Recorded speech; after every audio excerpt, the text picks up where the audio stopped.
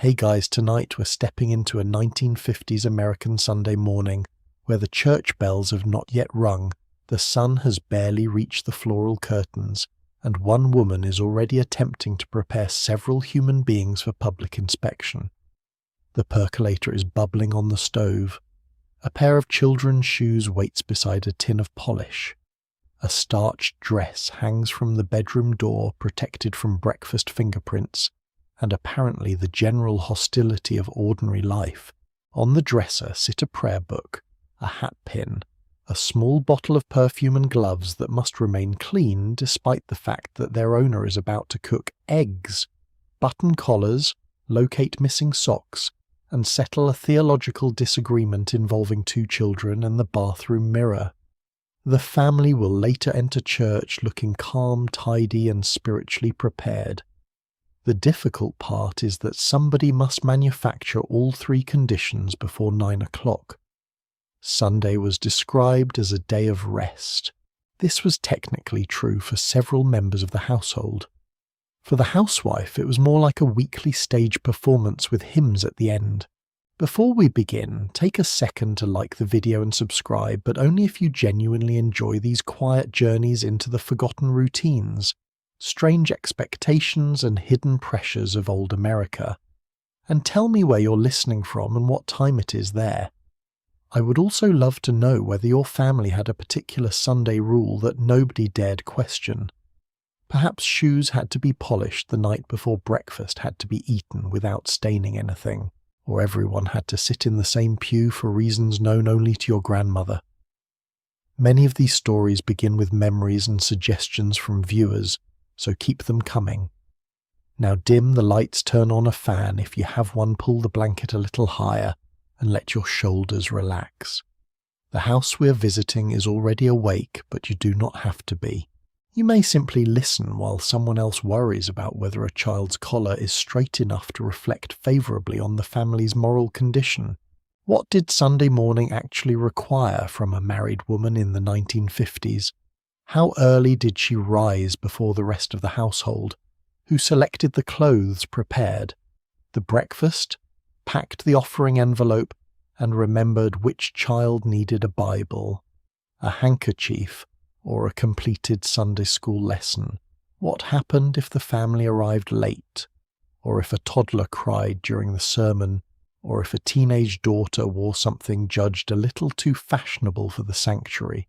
Could a woman admit that she was tired of volunteering, tired of entertaining visiting relatives after church, or simply tired of being cheerful before coffee had completed its work? How much spiritual responsibility was placed on the person who also scrubbed the bathtub? And at what point did a clean pair of white gloves become evidence not merely of laundry skill, but of faith, discipline, marriage, motherhood, and the general stability of Western civilization? Most importantly, what did religion offer these women in return for all that effort?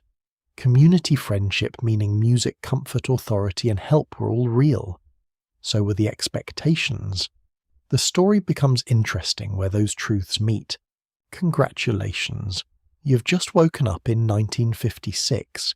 You're a married woman living in a modest American neighborhood where Sunday attendance is not legally required, but absence may still produce several thoughtful inquiries by lunchtime. The room is cool beneath your bare feet, and the linoleum in the kitchen has the particular chill of a floor that believes dawn is a character-building exercise. Your husband is asleep. The children are asleep. The percolator is not asleep, because it is the only appliance in the house that appears to understand the situation. On the counter lies a folded church bulletin from last week, a few coins for the offering, and a pencil note reminding you that the women's circle needs 2 cakes for Wednesday evening. You have 45 minutes before the household must begin moving. Breakfast should be hot but not messy. Clothing should be formal but comfortable enough to prevent rebellion. Everyone should arrive on time, looking as though the morning unfolded naturally. No pressure. The Lord may understand human weakness. The woman in the next pew is still evaluating the children's shoes. Sunday began with clothing because clothing could announce order before anyone had spoken. Your own dress had likely been chosen with care depending on denomination, region, income, age, and the customs of the congregation. In some churches, a hat remained part of respectable adult appearance. In others, it was optional but common. Gloves might be expected for a more formal service, especially among middle-class families who treated church as both worship and one of the week's most important public gatherings. You press the dress again where the skirt has creased overnight, then hang it safely away from the stove. The children's clothes are more dangerous. A son's white shirt contains a faint mark near the cuff. A daughter's patent leather shoe has acquired a mysterious scratch, despite having spent the night alone in the closet. You rub at both problems while bacon snaps in the pan and the radio murmurs softly from the counter. Nobody has yet entered the kitchen, but the morning is already crowded with expectations. A respectable family did not simply attend church. It arrived assembled. Clean collars, combed hair, quiet children, a husband who looked untroubled, and a wife who looked as though no part of this had required negotiation. Breakfast required strategy. Pancakes were comforting, but syrup was an enemy of formal clothing. Fried eggs were efficient, but a careless fork could send yolk toward a shirt front with the accuracy of military equipment. Toast was safest, provided no child attempted to improve it with an unreasonable amount of jam. You choose something simple and set the table with everyday china, not because anyone will admire it, but because Sunday still deserves a slight elevation above Tuesday. The smell of coffee reaches the hallway and begins waking the family more effectively than any spoken request. Your husband appears first freshly shaved and carrying the relaxed expression of a man who's been informed that Sunday is a day of rest. He may help, and many husbands did, but the planning usually remains in your head. Departure time, service time, children's class locations, the offering envelope, the dish promised for the afternoon meal, the elderly church member who may need a ride, and the fact that the youngest child has hidden one shoe. The shoe is eventually discovered beneath the sofa. It has no explanation. Shoes in the 1950s were rarely expected to explain themselves. By 7:30, the household begins its transformation from private family into public family. Hair is brushed. Buttons are fastened. A child is instructed not to kneel on the chair. Someone asks why church clothes are uncomfortable if God wants people to be happy. This is not the ideal moment for advanced theology. You smooth a collar, wipe a cheek, and remind everyone that good behavior in church matters. The instruction may sound simple, but it carries a larger weight. Children were often treated as visible evidence of the mother's competence. A child who whispered too loudly, kicked the pew, forgot a verse, or resisted Sunday school did not merely have a difficult morning. In the eyes of some observers, he might reveal weak discipline at home. The father's reputation could be involved, but the mother often felt the immediate judgment. She was expected to form habits, teach prayers, encourage reverence, monitor manners, and somehow produce sincere faith without allowing anyone to appear unwilling. Spiritual development, like laundry, was easiest to notice when something went wrong. When everything went well, the result looked natural. This pressure was not identical in every household or congregation. Some women found Sunday morning genuinely joyful. Church could provide music, friendship, familiar ritual, practical help, and a rare sense of belonging beyond the walls of the home. In rural communities, small towns, city parishes, black congregations, immigrant churches, suburban Protestant sanctuaries, Catholic parishes, and Jewish religious communities, women often built networks that carried families through illness, birth, unemployment, grief, and loneliness. A woman might receive advice meals, childcare companionship, and a place where her organizational skill was respected. Yet the same community that supported her could also watch her closely. Her marriage, children, clothing attendants, hospitality, and volunteer service might all become quiet measures of character. The sanctuary offered comfort, but it did not always offer privacy. By the time the family steps outside, the car is waiting. The offering envelope is in your handbag, and the church bells have finally begun. Everyone looks ready. You lock the front door, check once more for gloves, Bibles, and children, and slide into the passenger seat. The public Sunday is about to begin. The private labour that created it has already been underway for hours. The family pew was not merely a place to sit. It was a weekly display case.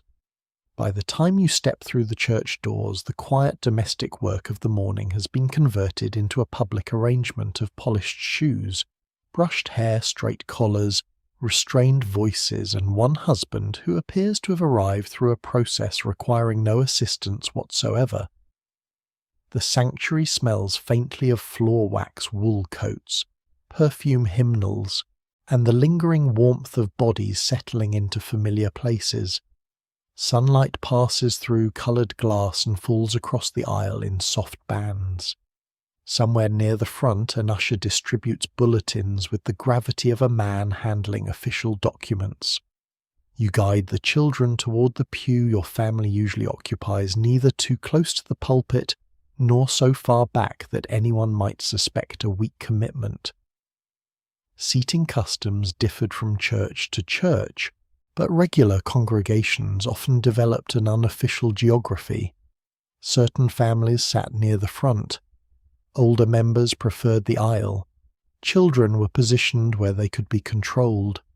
Visitors were welcomed, though sometimes with the mild confusion reserved for anyone who had accidentally entered another family's dining room. Your place in the room may not be assigned, but it is known. The pew remembers you. Getting everyone seated is the final stage of the morning's domestic campaign. Your husband enters first or slides toward the centre, depending on local custom and the architecture of the pew. The children follow, placed according to age temperament, and their demonstrated ability to remain still for more than 3 consecutive minutes. The youngest child belongs beside you, where a small hand can be intercepted before it reaches a hat, a hymnal rack, or the back of the woman seated in front. An older child may sit beside the father, partly as a sign of growing maturity, and partly because responsibility occasionally deserves to travel across the pew. You arrange coats, gloves, handbags, Bibles, and perhaps a small packet of tissues. Every movement must be quiet. The wooden seat creaks anyway. A dropped coin for the offering rolls beneath several pairs of shoes, with the bright confidence of an object that knows it has interrupted worship. You bend to retrieve it while attempting not to crush your hat or attract attention. Around you, other families are performing the same careful assembly. The sanctuary looks peaceful, because dozens of women have already resolved dozens of minor emergencies before the first hymn begins. From your seat, the family becomes visible as a unit. A clean child suggests good care. A quiet child suggests discipline. A husband in a pressed suit suggests stability. A wife with composed hair and an attentive expression suggests that all these conditions have arisen through natural harmony, rather than planning reminders, laundering negotiation, and the strategic concealment of irritation. In many religious communities, the home was understood as a moral training ground, and mothers often carried much of the daily responsibility for teaching manners, prayers, obedience, and respectability.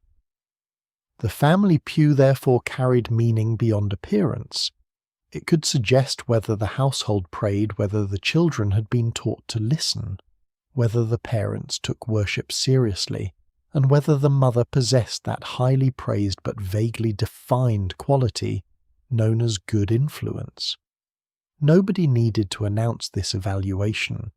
It operated through glances, comparisons, compliments, and the sudden concern of another woman who asked whether little Tommy was usually so restless.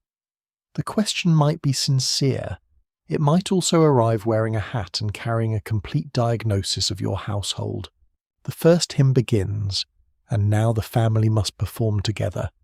You open the hymnal to the correct page and angle it so a child can see. Your husband sings in a confident baritone or moves his lips with respectable caution. The children may know the tune from Sunday school, though one insists on singing the final word of each line half a second too late. You continue smiling toward the page.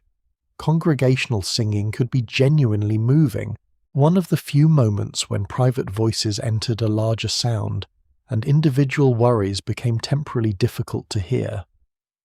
The organ fills the sanctuary, the wooden pew vibrates faintly, and familiar words create a rhythm that many worshippers carried from childhood into old age.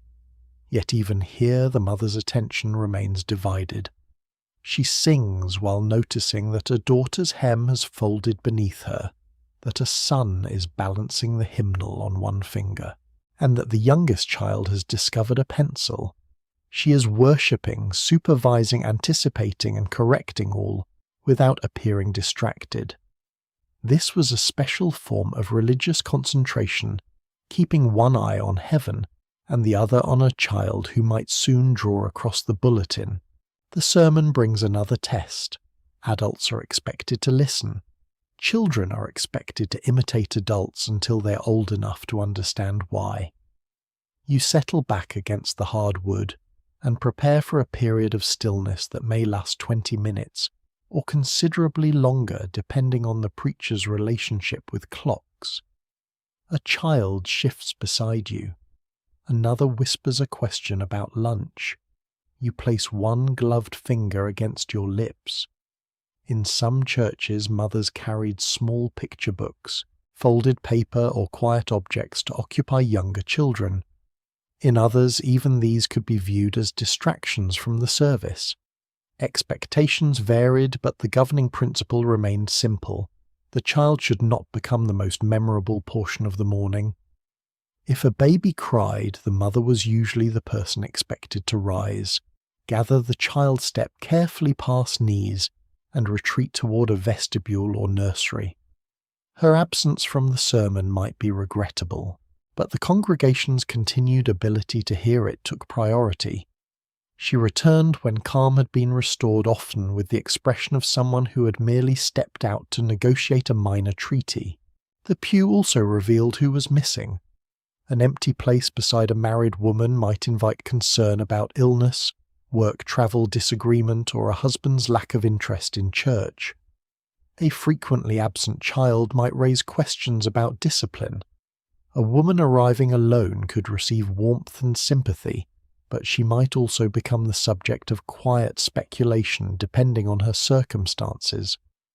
Religious attendance in the 1950s rose in public prominence, and in many communities church-going was tied not only to belief but also to respectability, civic belonging, family identity, and social connection. Still, attendance patterns were never uniform. Some families went every week, others attended irregularly. Some belonged formally but participated little.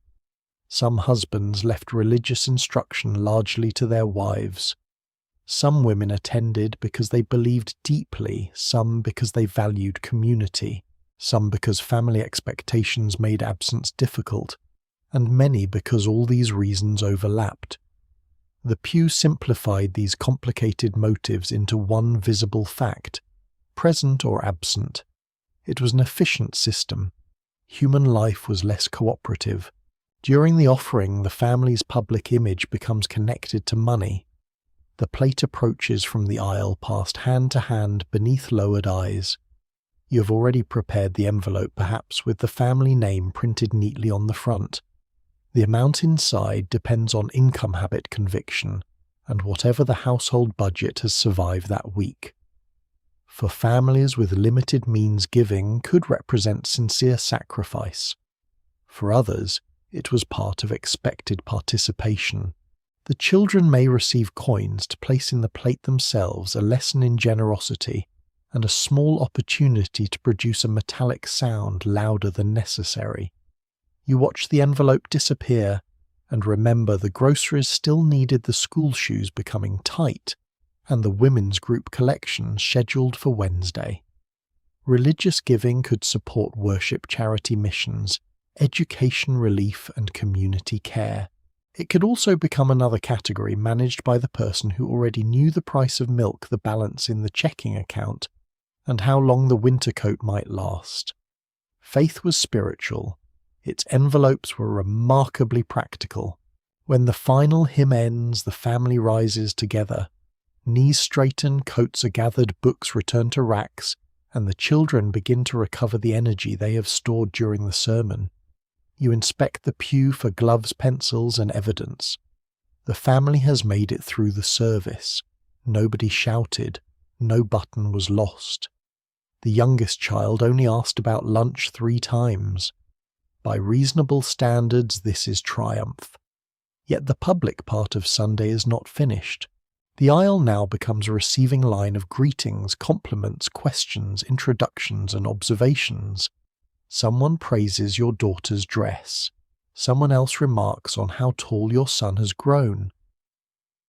An older woman tells you that the children were very good today, words that land with the soothing force of an official certificate. You smile, thank her, and guide the family toward the church steps where conversations continue beneath a bright late-morning sky. Behind you, the pew stands empty again, holding no record of the whispered corrections, the rolling coin, the cramped knees, or the mother who heard only half the sermon. It displays the finished family beautifully. Like most display cases, it says very little about the work behind the glass. A sermon did not always end when the minister closed his Bible. Sometimes it rode home in the family car, crossed the front porch, and stood quietly beside the kitchen stove while you tied on an apron. By noon, the sanctuary has given way to a room smelling of roast meat, coffee furniture polish, and the faint woolen warmth of church clothes not yet changed. Your hat rests on the hall table. Your gloves lie folded beside your handbag. The children have already begun asking when lunch will be ready, as though they were not present when you rose before sunrise to prepare breakfast and assemble them for worship. Your husband may settle into the living room with the Sunday paper, discuss the sermon, or help carve the meat depending on the household. You remain near the stove lifting lids and testing potatoes, while phrases from the morning service return in fragments. Patience, service, gratitude, humility, sacrifice, cheerful duty. None of these ideas belonged exclusively to women, and many ministers addressed the entire congregation. But once those words entered the home, they could attach themselves very efficiently to the person already performing most of the domestic labour. A message about Christian service sounded noble beneath stained glass. Beside a sink full of pans, it became remarkably specific. The sermon might have spoken about kindness within the family, the importance of a peaceful home, or the spiritual value of putting others before oneself. These teachings could be deeply meaningful. They could encourage forgiveness, generosity, mutual responsibility, and genuine tenderness between people who otherwise had few places to discuss such things. Yet the application was rarely distributed with mathematical precision. If the household atmosphere felt strained, the wife was often expected to soften it. If a husband returned tired or irritable, she was encouraged to respond with patience. If children quarrelled, she was expected to restore order without contributing visible anger of her own. The family's emotional weather became another system she was supposed to regulate, rather like the furnace, except the furnace occasionally received professional maintenance. You carry a platter to the dining table while listening to voices from the next room. Someone is complaining about the vegetables. Someone else wants the larger piece of chicken. The morning lesson about gratitude has survived less than an hour. You remind the children gently because gentleness is part of the lesson too. Religious ideals could elevate ordinary care into sacred work. they could also make frustration difficult to admit. A tired woman was not merely tired. She might worry that she was failing to serve with the proper spirit. At the table, the sermon becomes family conversation. Your husband may repeat one of the minister's points, and the children may be asked what they learned in Sunday school. One remembers a picture of Noah's Ark. Another remembers that refreshments were served. The youngest remembers nothing but appears confident that this is sufficient. You pour gravy and try to follow the discussion, while noticing that the bread basket is empty and the coffee needs warming. In many homes, religious instruction was treated as a shared parental duty, but mothers often handled its daily mechanics. They heard bedtime prayers, supervised memory verses, answered questions about heaven, reminded children to behave in church, and connected moral teachings to the small disputes of family life. Do not lie. Share with your brother. Be thankful. Apologize. These lessons were simple enough until they collided with hunger, jealousy, boredom, or a missing toy. Then theology entered the nursery wearing house shoes. The mother translated large ideas into immediate behavior, usually while completing another task. She explained forgiveness, while folding laundry, gratitude, while scraping plates, and honesty, while trying to determine who had broken the lamp. This was spiritual leadership, though it was not always called that. Official authority might remain with men. The daily interpretation department was often located in the kitchen. The kitchen itself became part of the moral imagination. A well-run home could be described as evidence of discipline, stewardship, hospitality, and devotion to family. Food was not only food, it was care made visible. A clean table suggested order. A stocked pantry suggested foresight. A meal offered to guests suggested generosity. These associations existed far beyond churches, reinforced by magazines, advertisements, schools, relatives, and neighborhood expectations, but religion could give them additional weight. Wastefulness became more than poor budgeting. It might be framed as failure to appreciate what had been provided.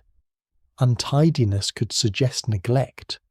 Refusing hospitality might appear selfish. You wrap leftover meat in wax paper, scrape vegetables into a covered dish, and consider whether there will be enough cake if the couple from church accepts your husband's casual invitation to stop by later. He offered it warmly. You will make it possible. Hospitality was often sincere and joyful, one of the ways religious communities became real communities, rather than collections of people facing the same pulpit. But the labour of welcome was unevenly distributed. The guests saw coffee cake, clean towels, and a pleasant room. The hostess saw a sequence of deadlines. Apparently fellowship was a spiritual gift delivered on china that somebody still had to wash. By mid-afternoon, the sermon's more personal themes may begin to press closer. Perhaps the minister spoke about contentment. The word follows you as you change from your church dress into a house dress and hang the better garment carefully in the closet.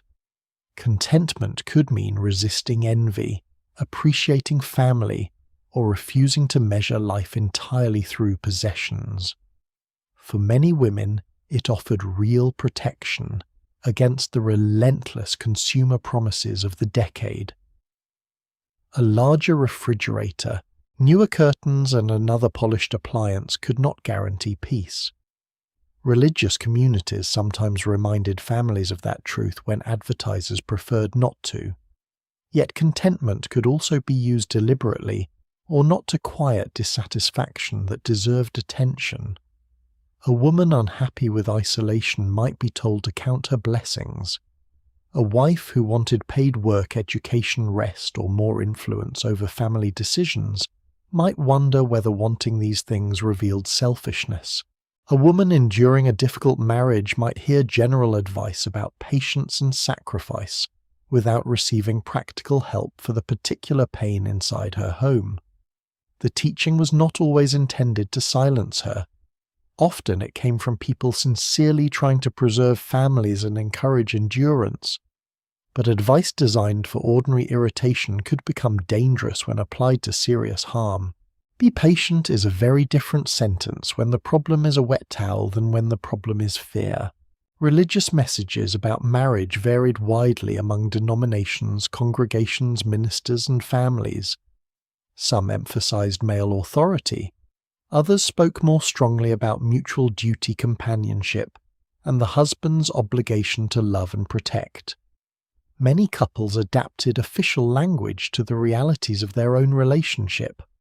A wife might defer publicly while managing most practical decisions in private. She might control the household budget, organize the social calendar, choose the children's school activities, and determine when relatives could visit, all while describing her husband as the head of the home. The title carried status. The administration remained busy elsewhere. Women were not simply passive recipients of religious instruction. They interpreted it, negotiated with it, selectively emphasized certain virtues, and sometimes used faith to claim moral authority of their own. A husband who expected obedience could also be reminded of his duties. A church that praised charity created an opening for women to organize relief work. A tradition that called motherhood sacred gave mothers language to defend the needs of children. The same system that restricted women could provide them with tools, networks, and respected forms of influence. History is inconvenient that way. It rarely arranges itself into one clean sermon point. As the afternoon light fades across the kitchen floor, you wash the final cups and listen to the house settle. The children have changed into play clothes. Your husband has finished the newspaper. The church bulletin remains on the table beside a few crumbs and a note about Wednesday's women's meeting. The morning message has been discussed, applied, misunderstood, and partially forgotten. Still something remains. Perhaps it is comfort. Perhaps it is guilt. Perhaps it is a sincere desire to be kinder tomorrow. Perhaps it is the uneasy suspicion that everyone has been encouraged to serve, but one person has been given most of the opportunities. You dry the last plate and place it in the cupboard. The sermon has followed you through lunch dishes, discipline, hospitality, and private thought. It has not necessarily oppressed you, and it has not necessarily freed you. It has become part of the language through which you understand your work, your marriage, and yourself. Tomorrow the words will meet the ordinary pressures of Monday morning. Before then, another lesson waits inside the home. The husband may be called its head, but someone else must keep the entire body moving. The head of the household was a position of considerable dignity, especially when somebody else remembered where the household had put its keys. In many 1950s American homes, religious language described the husband as leader, provider, protector, or spiritual head. The exact wording varied by denomination, minister, region, and family, but the arrangement often sounded beautifully simple from the pulpit. He carried final responsibility. She supported him. Together they formed an orderly home. By Monday morning, however, this noble structure encountered the electric bill, a child's fever, a leaking faucet, a grocery budget, 2 school forms, an elderly relative who needed a ride, and a husband who had left for work without remembering the plumber's name. You stand at the kitchen counter with a pencil, a calendar, and several envelopes arranged beneath a ceramic salt shaker, so they do not drift into the breakfast dishes. Your husband may be the official head, but the household circulation, memory, scheduling, and emergency response are operating through you. His authority is public and recognizable. Your authority is practical, constant, and often disguised as helpfulness. The arrangement works partly because you make it work and because you are expected to make it look as though it works by itself. The religious ideal of male headship did not produce one identical kind of marriage.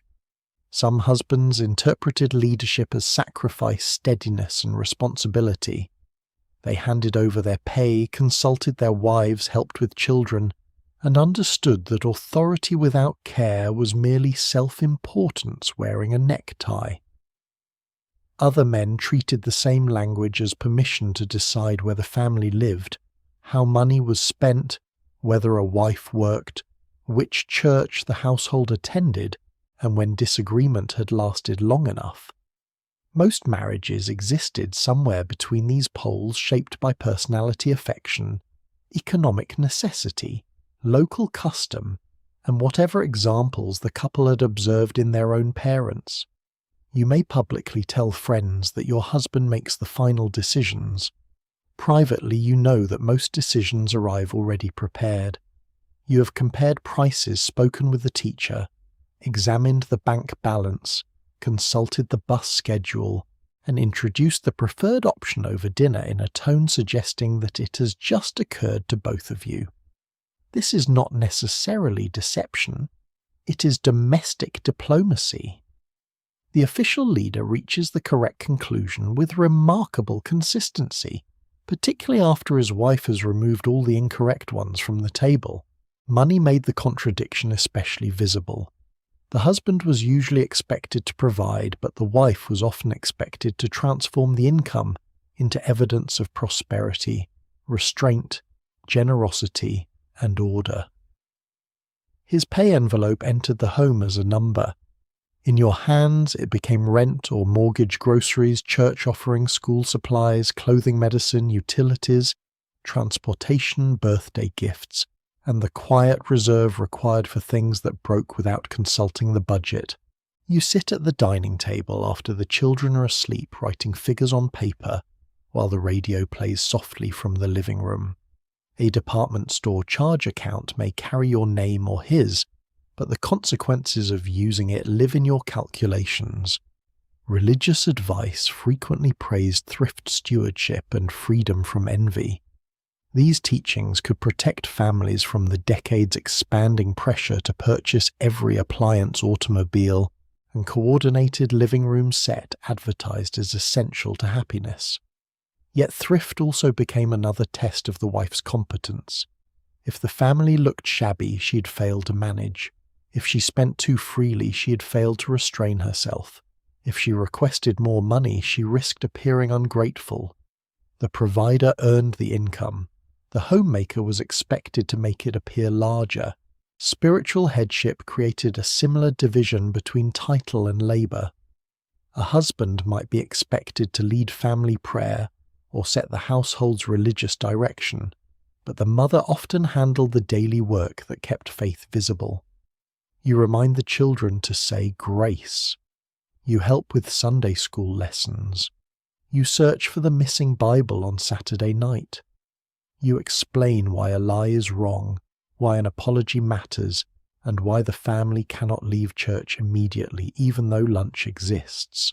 You write the dates of youth meetings on the calendar and ensure that clean clothes appear for each one.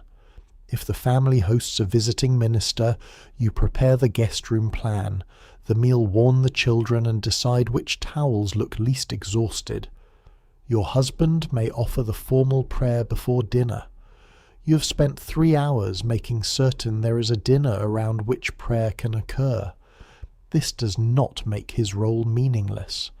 In many families, his participation mattered deeply, and women often wished men would take more interest in the religious upbringing of their children.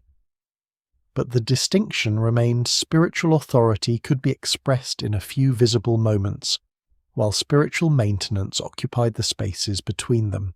Disagreement required careful handling because the ideal household was expected to possess unity. Religious teaching often encouraged wives and husbands to avoid selfishness, speak gently, and preserve marriage through patience and forgiveness. These were not foolish principles.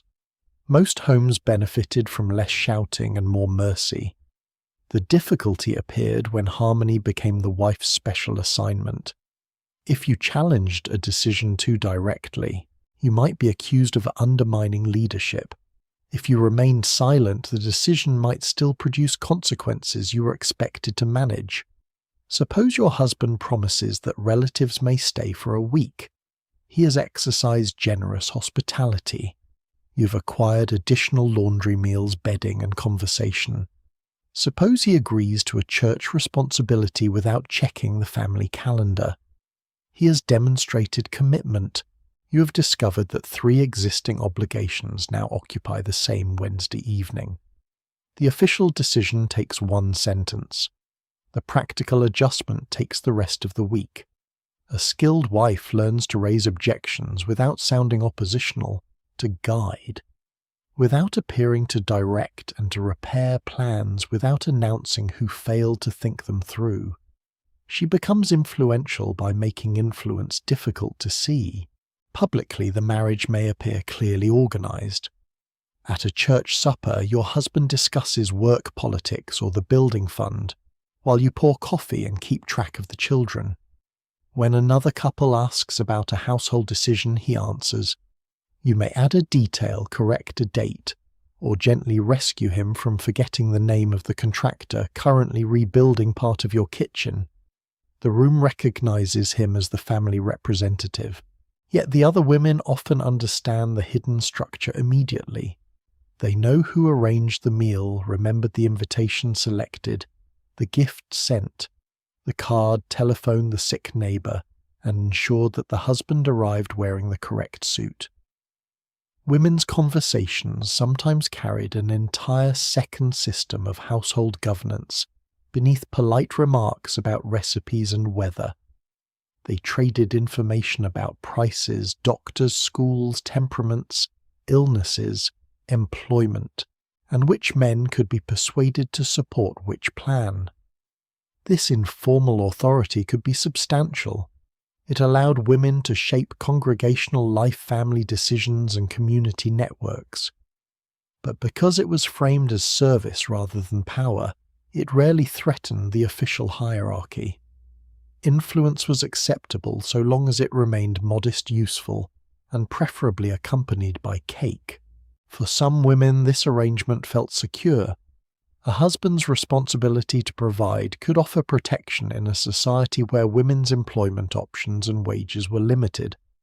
A shared religious framework could give marriage purpose, define obligations, and remind a selfish spouse that leadership required sacrifice. A wife might prefer domestic management and feel respected within it. For others, the same structure became confining.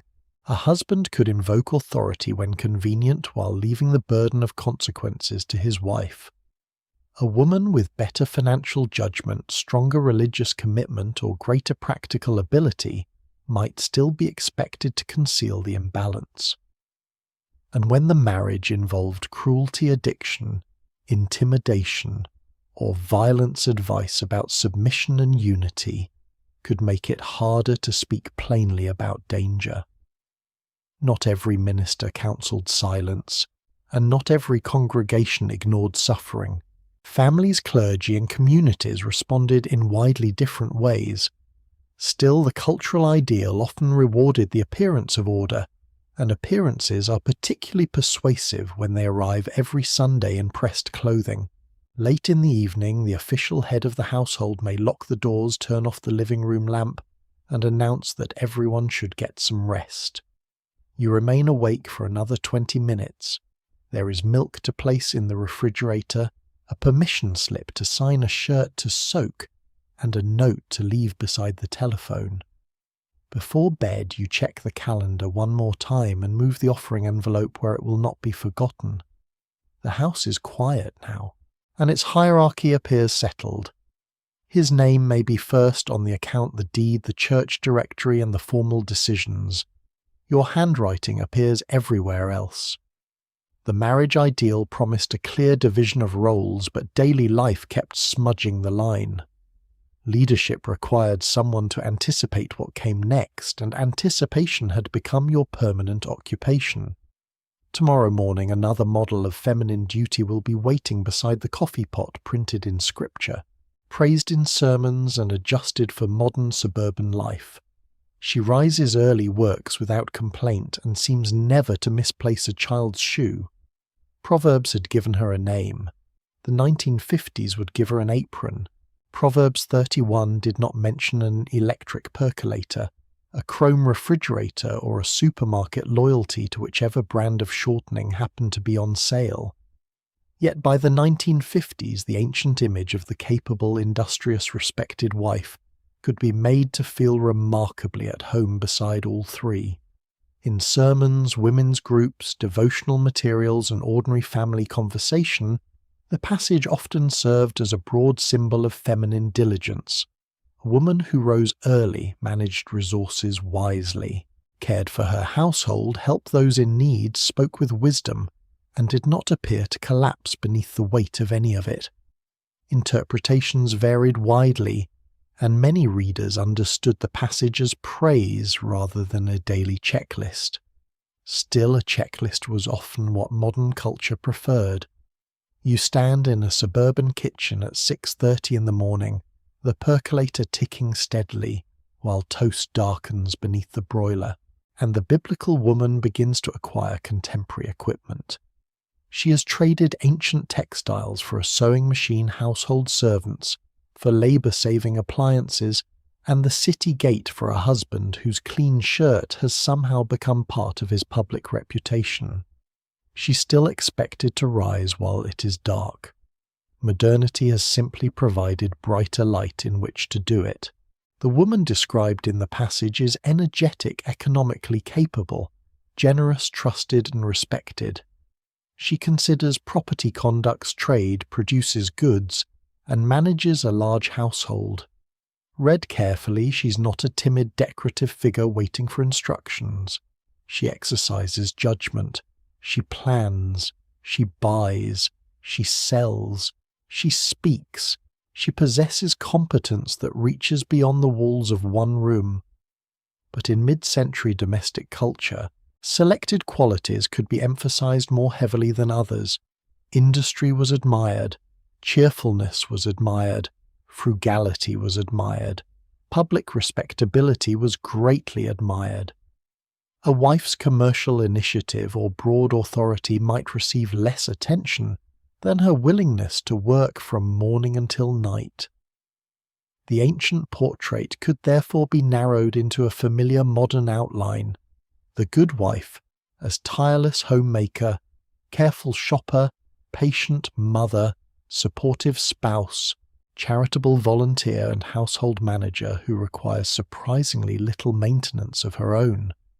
You rinse breakfast dishes while mentally planning dinner, remembering a church collection, and calculating whether the children's shoes can last another month. Somewhere in this process, endurance begins to resemble holiness.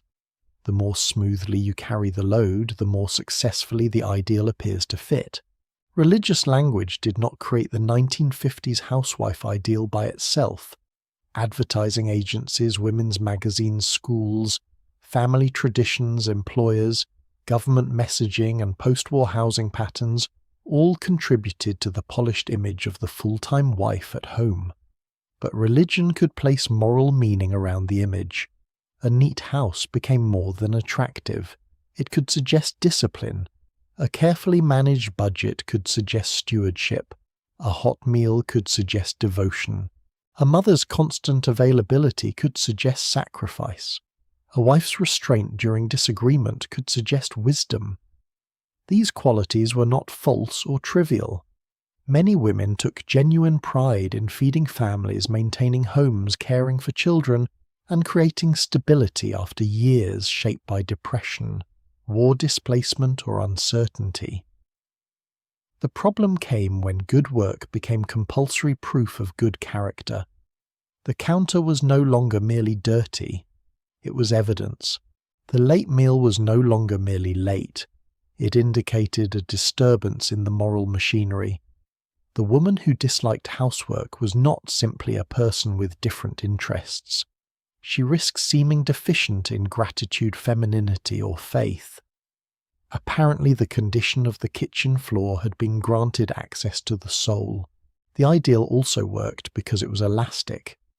No matter what a woman accomplished, the standard could expand to include one more duty. If she cooked well, she should entertain. If she entertained, she should do so generously. If she served the church, she should remain attentive at home. If she managed the household budget, she should also give to charity. If she dressed attractively, she must avoid vanity. If she neglected her appearance, she might embarrass her husband. If she rested, she should have completed everything first. The efficient wife, therefore, became trapped by her own efficiency. Each task performed successfully proved that she could accept another. You finish mending a shirt after lunch and are asked whether you might help sew costumes for the church pageant. You deliver a meal to a sick neighbour and are praised for having such a servant's heart. The praise is warm, sincere, and difficult to refuse. A reputation for reliability becomes a permanent invitation. Nobody is necessarily exploiting you with deliberate cruelty. They simply know you can be counted on, so they count on you, repeatedly, with casseroles. There was, however, real power inside competence. Women who mastered household budgets often understood family finances better than anyone else. Women who organized church suppers, charity drives, clothing collections, and missionary projects developed skills in planning, persuasion, accounting, transportation, and conflict management. Women who were praised for wisdom could sometimes use that praise to speak with unusual authority. A wife might invoke thrift to resist an unnecessary purchase, family welfare to challenge a husband's decision, charity to redirect church money toward people in need, or maternal responsibility to demand better treatment for a child. The religious ideal could restrict the acceptable form of female power, but it did not erase power entirely. It often relocated it. Authority appeared in a meeting agenda, a meal schedule, a telephone chain, a carefully worded suggestion, or the ability to persuade 20 households to contribute blankets by Friday. Women who were officially described as helpers could become the people without whom the institution did not function. The language remained modest. The results were not. A church committee might be chaired by a man, but if Mrs. Wilson stopped making calls, the entire project could enter a period of prayerful confusion. At home, the standard was harder to escape because it lived inside daily repetition. You could reject an advertisement. You could close a magazine. You could disagree quietly with a sermon. But morning still arrived and the family still needed breakfast. A child's fever could not be postponed until social expectations improved. An elderly parent still needed care. Clothing tore. Floors collected dirt. Bills appeared with admirable theological consistency. This practical reality gave the domestic ideal much of its strength. It was built around work that genuinely had to be done. The argument was not usually about whether families needed care. They did. The deeper question was why care belonged so completely to one person, why that person's virtue was measured by the absence of visible strain, and why the people receiving the care were so rarely trained to notice its cost. The capable woman became most successful when others could forget how much she was doing. Her reward was trust, affection, social respect, perhaps spiritual satisfaction, and the opportunity to continue without interruption. Some women embraced the Proverbs 31 image with sincere affection. They found in it dignity for work that the wider economy did not pay. The passage could tell a housewife that her planning, cooking, sewing, teaching, bargaining, giving, and endurance mattered. It could present domestic life not as mindless routine but as skilled stewardship. In a society that often treated homemaking as natural female instinct, religious praise could at least acknowledge that wisdom and strength were required. Other women experienced the same ideal as an accusation. They read about a woman whose lamp did not go out at night and wondered whether she was ever permitted to sleep. They heard that her children rose to praise her and looked toward children currently arguing over a bathroom towel. They heard that she faced the future without fear while privately calculating medical bills, marriage tensions, or the possibility of another pregnancy. The distance between inspiration and judgment could be very small. Much depended on who was reading, who was teaching, and whether Grace remained part of the conversation. By evening, the percolator has gone quiet and the modern virtuous woman is still moving. She folds laundry beneath the light of a table lamp, checks tomorrow's grocery list, and listens while a child recites a prayer from memory. Her husband may sincerely praise her. Her family may love her deeply. Her church may depend on her. None of these things are false. Yet praise can become another way of asking a person to continue. The ideal wife is strong, so she carries more. She is wise, so she solves more. She's generous, so she gives more. She's faithful, so she complains less. The ancient passage was never a Suburban appliance manual, but the decade could place it beside the toaster and treat it like operating instructions. Tomorrow morning the work will begin again, this time with prayer woven directly into the schedule. Before breakfast is cleared, before school shoes are tied, and before anyone leaves the house, one more responsibility will settle gently onto the mother's shoulders, keeping not only the family's bodies fed, but its souls properly attended. The family soul did not keep its own schedule. It had to be awakened, washed, reminded, corrected, encouraged, and put to bed at a reasonable hour, usually by the same woman who was already responsible for everyone's socks. In a 1950s household where religion shaped daily life, faith was not confined to Sunday morning. It appeared beside the cereal bowls inside a child's schoolbook near the telephone when bad news arrived, and at the edge of the bed after the lights were turned low. The exact rituals varied enormously. Some Protestant families read a short Bible passage before breakfast. Some Catholic households began the day with familiar prayers, attended Mass during the week, or gathered for the Rosary in the evening. Jewish mothers helped maintain Sabbath and holiday observance through a different pattern of meals, blessings, preparation, and instruction. Many families practiced very little at home despite belonging to a congregation, yet where daily devotion was expected, the mother often became its quiet administrator.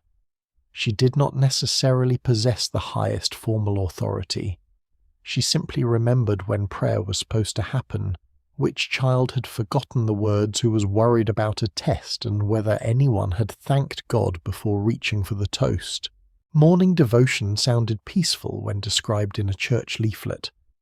In practice, it had to compete with alarm clocks, cold floors, missing homework, burnt bread, and a school bus that showed no interest in spiritual formation. You place a Bible or devotional booklet near your husband's coffee cup and call the children to the table. One arrives carrying a shoe. Another has discovered that a spelling assignment was due today. The youngest is more interested in watching milk change the colour of cereal than in considering eternal matters. A short passage is read perhaps by the father, if he is present and willing, perhaps by you, if he has already left for work, or perhaps not at all on mornings when ordinary life defeats the schedule. You try to ask a simple question about kindness or honesty. The children stare toward the clock. Someone gives an answer clearly designed to end the discussion. This was one of the central difficulties of domestic religion. Sincere belief had to be delivered through people who were late. The mother was expected to preserve reverence without turning prayer into another household command shouted from the hallway. Grace before meals offered a smaller and more manageable ritual. Everyone was already seated, at least in theory, and the food provided an obvious reason for gratitude. A father might lead the prayer. A child might repeat a memorized blessing. In some homes, the words were brief and familiar enough to become part of the table's rhythm, like passing the salt. The mother's role remained visible in the preparation surrounding the moment. She had planned the meal, watched the budget, carried the groceries, cooked the food, and called everyone to the table. Then the family bowed its head to give thanks for what had been provided. The prayer could be deeply meaningful, especially in households that remembered unemployment, wartime shortages, illness, or earlier years when food had not always been secure. but there was a small domestic irony in thanking heaven for dinner, while barely acknowledging the person standing closest to the stove. She may have preferred it that way. Many women understood their labour as part of the blessing rather than separate from it. Still, divine provision frequently arrived wearing an apron and asking someone to wash his hands. Children's religious instruction extended well beyond memorized prayers. Mothers often selected Bible storybooks, listened to verses, explained holiday meanings, encouraged church attendance, and answered the large questions that children preferred to ask when adults were least prepared. Where do people go when they die? Can God hear you if you whisper? Does prayer work if you're still angry? Will the dog be in heaven? These questions appeared while beds were being made, dishes dried, or hair untangled. You learn to answer carefully, drawing from your own faith the teaching of your congregation, and whatever language would not produce 3 more sleepless hours. Sometimes the answers comforted you as much as the child. Sometimes you repeated what you had been taught, even when uncertainty remained. Mothers were expected to transmit conviction, but private belief was not always perfectly settled.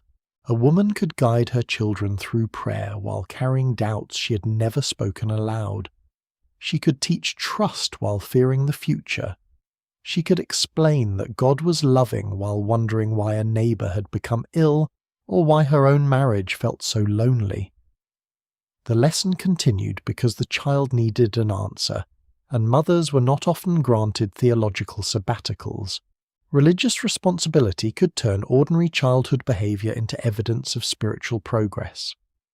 A polite child reflected good training. An honest child suggested a sound moral foundation. A rebellious child might prompt concern about discipline, parental example, or the atmosphere of the home. This did not mean every congregation blamed mothers for every childish mistake, but mothers often felt the judgment first. If a son lied, she wondered whether she had failed to teach honesty. If a daughter resisted church, she might worry not only about social embarrassment, but about the child's future character and soul. The stakes became enormous very quickly. A forgotten prayer was no longer merely a forgotten prayer. It could feel like the first loose thread in the family's entire moral fabric. You correct, gently repeat the lesson, and try not to let fear turn faith into surveillance. That balance was difficult. Religion could give mothers a language of hope, forgiveness, and renewal. It could also make them feel responsible for outcomes no parent could completely control. Children eventually developed beliefs of their own. The mother was expected to guide the journey while somehow preventing every wrong turn. Bedtime prayer was often the gentlest ritual of the day. The house had quieted. School clothes had been set aside. Streetlights shone through the curtains and the radio in the living room had fallen to a low murmur. You sit on the edge of a narrow bed while a child folds small hands and begins a prayer learned through repetition. The words may be formal or simple. Bless mother, bless daddy, bless grandma, help me be good tomorrow. The list expands to include a teacher, a sick neighbour, a pet, and occasionally someone mentioned on the radio. At this hour, religious duty could become intimacy. A child might confess a fear that had remained hidden during the day. A mother might discover a playground humiliation, a guilty conscience, or a worry about death. Prayer allowed feelings to enter the room without requiring the family to call them feelings. Fear became a request for protection. Guilt became a request for forgiveness. Love became a list of names spoken in the dark. In a culture that often valued emotional restraint, the bedside offered one of the few places where vulnerability could appear without embarrassment. Yet even this tender moment carried responsibility. You were supposed to know what to say when the prayer became difficult. If the child asked why an earlier request had not been answered, you needed to explain without promising what you could not guarantee. If a relative remained sick, if a father remained out of work, or if family tension continued despite repeated prayer, the mother often absorbed the disappointment. She reminded the child that faith was not a vending machine, though no one would have used that exact comparison at the bedside. She spoke of patience, mystery, courage, and trust. Then she turned off the lamp and carried the unanswered questions into the hallway. Religious certainty looked cleanest in printed material. In lived experience, it had fingerprints all over it. Women did not merely teach doctrine. They translated it through illness, worry, disappointment, and the ordinary unfairness children noticed before adults were ready to discuss it. For many mothers, these rituals were not simply another burden. They offered structure to days that otherwise dissolved into repetitive labor. A short prayer could pause the rush. A familiar passage could remind a woman that her life belonged to something larger than shopping lists and laundry. Congregational teaching could reassure her that care had meaning, even when no wage or public title accompanied it. Prayer also gave her a private language unavailable elsewhere. She might ask for strength she could not admit she needed. She might express anger, fear, resentment, or grief in silence after everyone else had gone to bed. The faith she taught the children could become the place where she recovered from teaching them. This is why the story cannot be reduced to religion imposing rules on passive women. Belief could be inherited, pressured, chosen, questioned, loved, and used as a source of endurance, sometimes all within the same person before breakfast. Late at night you make one final round through the house. A blanket has fallen to the floor. A hallway light remains on. Someone has left a glass beside the bathroom sink. You adjust the blanket switch off the light and pause at the bedroom door. The child who resisted morning devotion now sleeps with complete confidence that the world will remain in place until dawn. Perhaps you whisper a prayer of your own, not the polished version used at the table, but a tired request for patience, protection, money enough for the month, and one uninterrupted hour of sleep. Tomorrow you will call everyone back to breakfast and begin again. The prayers will sound familiar. The worries beneath them may not. By Sunday, the children will appear in clean clothes and carry their lessons into classrooms where other women are waiting to continue the work. Because once the family soul had been prepared at home, it still had to demonstrate its progress in public. A child's Sunday school outfit was not simply clothing. It was a small public statement about cleanliness, discipline, family stability, and the mother who had spent Saturday evening making sure every button remained attached. By Sunday morning, the dress shirt, socks, shoes, hair ribbon, coat, handkerchief, and lesson book had to arrive at church together, ideally on the same child. This was more difficult than religious illustrations usually suggested.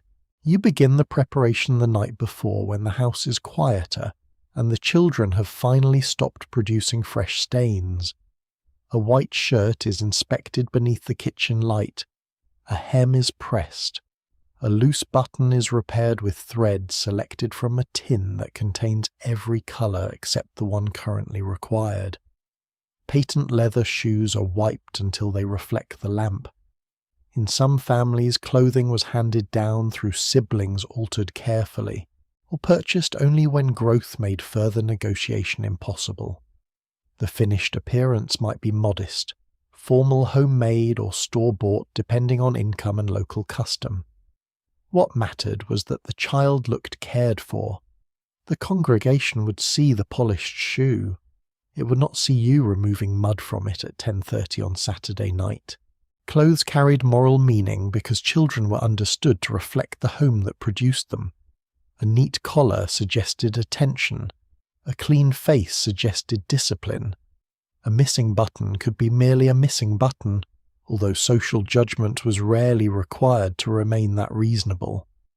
In middle-class congregations, especially where Sunday remained one of the week's most formal public occasions, Mothers could feel pressure to present children in their best available clothing. Girls might wear dresses with carefully arranged collars, ribbons, gloves, or hats in more formal settings.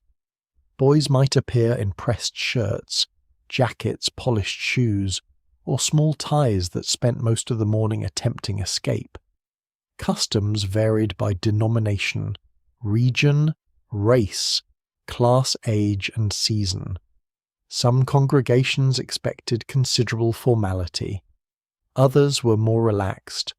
Rural families, working-class households, and families with several growing children often adapted the ideal through skill rather than expense. A dress could be lengthened, a cuff could be turned, a coat could serve another winter if the sleeves agreed to cooperate. Respectability was frequently stitched, brushed, and repaired into existence. The child wore the garment. The mother wore the responsibility for what it seemed to say. Sunday school created its own collection of objects that had to be remembered. There might be a small Bible, a quarterly lesson booklet, a paper offering envelope, a memory verse card, a pencil, or coins placed carefully into a pocket, with repeated instructions not to spend them. Some congregations kept attendance records, distributed certificates, or rewarded regular participation. These practices could make children feel included and proud. They could also transform illness travel, family difficulty, or a chaotic morning into a visible blank on a chart. You check the lesson before leaving home and discover that your son was expected to learn a verse he has not examined since last Sunday. He studies it in the car with the concentrated alarm of a man approaching an examination for which he is prepared by avoiding the subject.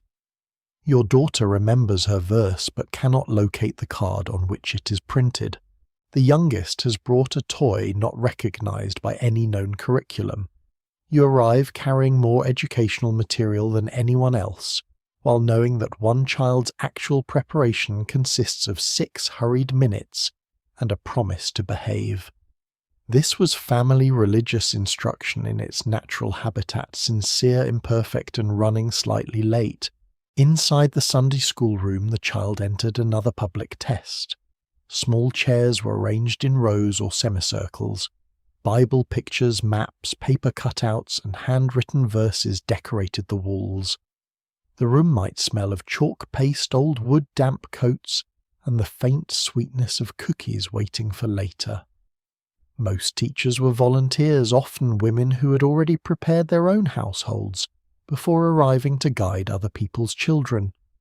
They asked questions, led songs, told stories, collected offerings, separated quarrels, and attempted to make ancient events meaningful to pupils distracted by a radiator. A child who answered correctly could make a mother proud. A child who refused to participate could make her anxious. Teachers might offer reassurance, but even kind observations carried weight. He had trouble sitting still today could follow you through lunch. She knows all her verses could feel like evidence that the work at home was succeeding. The classroom measured the child's memory and behavior, but the mother often experienced the results as a report on herself. Spiritual development had become one more subject in which she feared receiving the grade. Behavior mattered because religious education was expected to shape character, not merely fill the mind with stories. Children were encouraged to tell the truth, obey parents, share, show kindness, respect elders, and control disruptive impulses. These were useful lessons, though the method of demonstrating them could become highly public. A child might know every answer about patience while elbowing a sibling beneath the table. Another might recite a verse about generosity and then defend a cookie with surprising legal skill. Mothers were expected to close the gap between knowledge and conduct.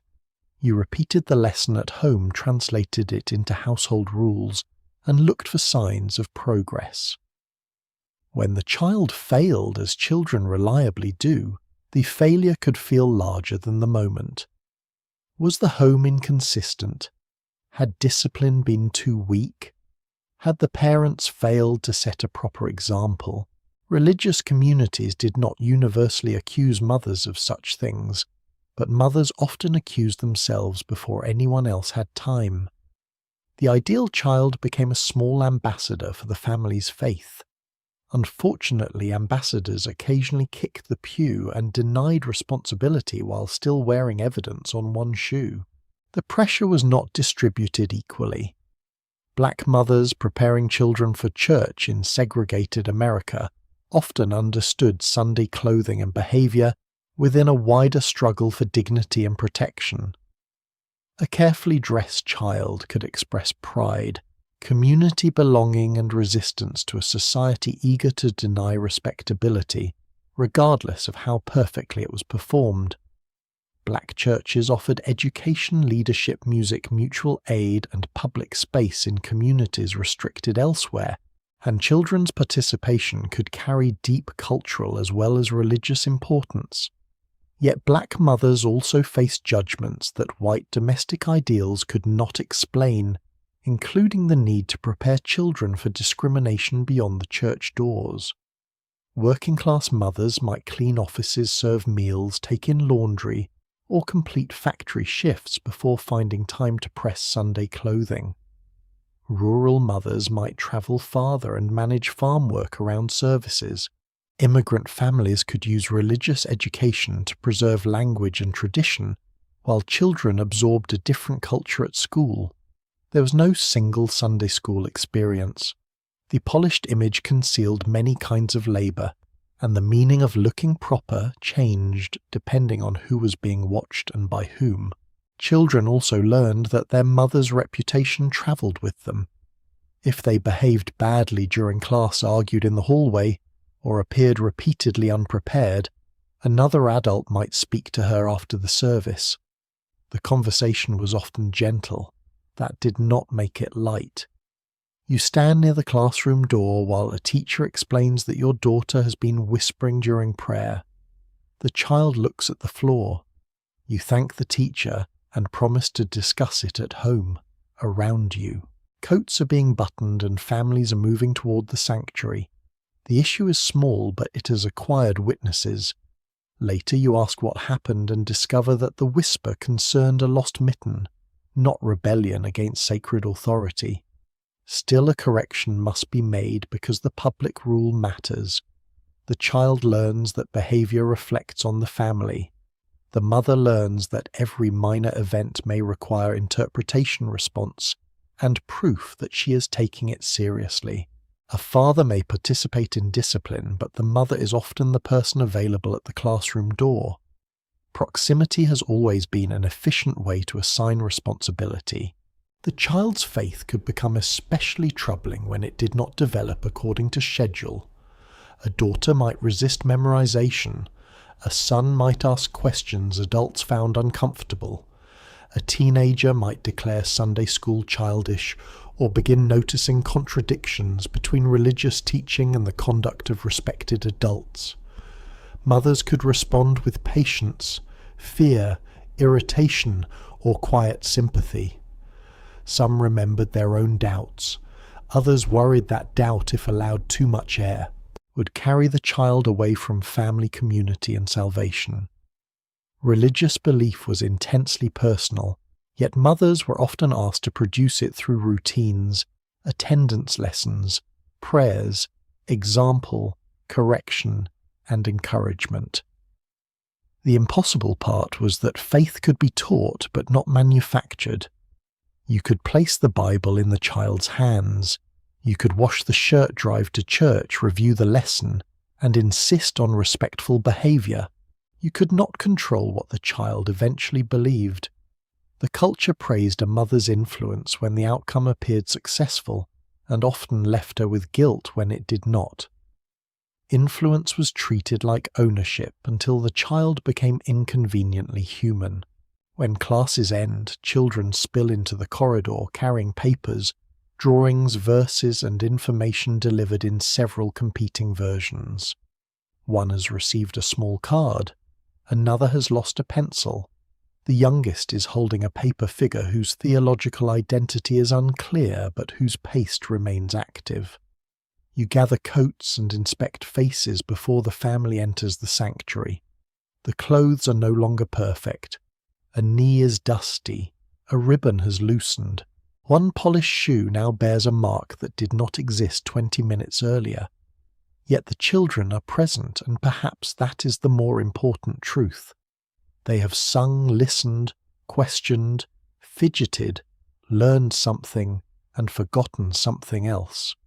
Their faith cannot be measured by the straightness of a collar, though the decade sometimes behaved as if the collar offered useful preliminary evidence.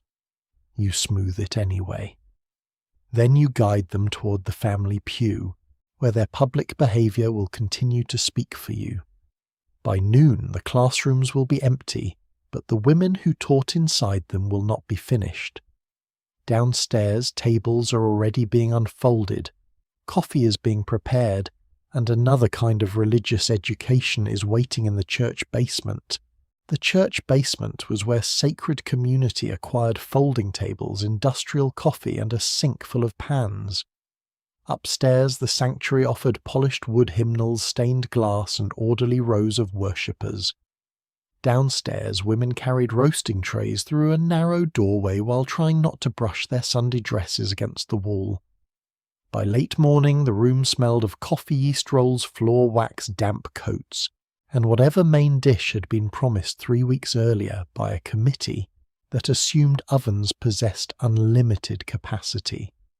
You descend the stairs carrying a covered casserole, a serving spoon, and the knowledge that several people have already asked whether you brought enough. The basement ceiling is low. Fluorescent tubes hum overhead. Metal chairs scrape across linoleum as children run between tables despite repeated warnings. A handwritten sign points toward the kitchen, where more women are opening tins, slicing cakes, arranging bread baskets, and discussing whether the potatoes should be reheated now or later. Sunday worship may have concluded, but the women's second service has begun. It includes fewer hymns, more dish towels, and a surprisingly urgent debate about gravy. Church suppers, fellowship meals, bazaars, funeral luncheons, missionary dinners, rummage sales, and holiday events help turn congregations into communities. People who sat quietly beside one another upstairs became neighbours around long tables downstairs. New families were introduced. Elderly members received company. Children learned which adults would offer an extra cookie.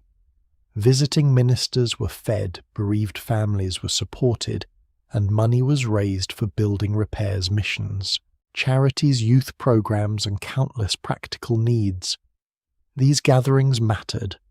They created friendship and mutual aid in a period when many women spent long hours at home, far from relatives or previous neighbourhoods. Yet the warmth of the event depended on labour that closely resembled the work those women had already completed in their own kitchens. You had planned a dish, purchased ingredients, prepared it at home, transported it without spilling, and now entered another kitchen where someone needed you to make coffee. The work was called fellowship, service, hospitality, or simply helping out. It was rarely called a second shift. Apparently labour became spiritually weightless once performed beneath a bulletin board decorated with construction paper doves. The kitchen had its own hierarchy, although nobody needed to print an organisational chart. One woman knew where every serving tray was kept. Another controlled the coffee urn with the calm authority of an air traffic coordinator. A third could estimate the number of guests by looking at the parking lot, and then increase a bowl of potato salad through methods not recognised by ordinary mathematics. Newer members were given safe assignments, arranging napkins, slicing bread, or placing cups in rows. More experienced women handled ovens, money boxes, seating plans, and the difficult task of determining whether an elderly volunteer should be relieved of duty without making her feel unnecessary. You learned the customs gradually. Which cupboard held the good tablecloths? Which pan belonged to the church rather than Mrs. Harper? Which family required a meal delivered quietly? which volunteer would arrive early, which would arrive late, and which would arrive precisely in time to supervise. Official congregational leadership might still be largely male in many churches, but the basement operated through female knowledge. The minister could announce a supper. The women knew whether supper was physically possible. The work began well before the event itself. Committees met in living rooms or around church tables to plan menus, assign dishes, calculate costs, and decide how many people could be seated, without violating either comfort or optimism. Telephone chains carried instructions from house to house. Recipes were doubled, then doubled again. Groceries were purchased from household budgets and sometimes quietly donated when the church fund ran short. Tablecloths had to be washed, decorations made, silverware counted, tickets sold, and reluctant volunteers persuaded with compliments about their reliable nature. Reliability was both praise and a trap. Once you had successfully organized one supper, your name tended to appear beside future responsibilities with very little theological debate. You might be caring for children, managing a home, helping an aging parent, or working for pay, but the committee still needed someone to bring 2 pies. Declining was possible. It was simply uncomfortable. Service was described as joyful, and perhaps it often was. This made exhaustion harder to mention. A cheerful giver should not look as though she had spent the previous evening frosting a cake at midnight. Social differences shaped who performed which tasks and how the labour was understood. In middle-class suburban congregations, volunteer work could provide women with status, friendship, and a respected public identity beyond the home. In working-class churches, women might contribute after factory shifts, domestic work, retail hours, or long days caring for their own families. Rural church meals could be tied to farm calendars, harvest seasons, and traditions carried across generations. Black church basements served as especially important spaces for community organization, mutual aid, education, political discussion, fundraising, and support within a segregated society. Women's labour there could sustain both congregational life and wider struggles for dignity and civil rights, even when men occupied the most visible positions. Catholic parish halls, Protestant fellowship rooms, synagogue kitchens, and other religious spaces followed different rules, food traditions, and organizational structures. No single basement represented all American religion. Yet across many communities, women transformed plain rooms into social institutions. They carried knowledge, relationships, and trust from one event to the next. Their work was domestic in form, but often civic in effect. The basement could also become a place of surveillance. While coffee was poured and plates were cleared, information travelled. Someone's husband had changed jobs. Someone's daughter was dating a boy from another congregation.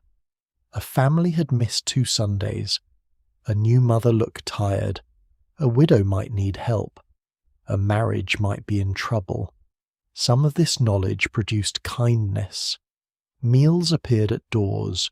Rides were arranged. Children were watched during emergencies. Money was collected discreetly.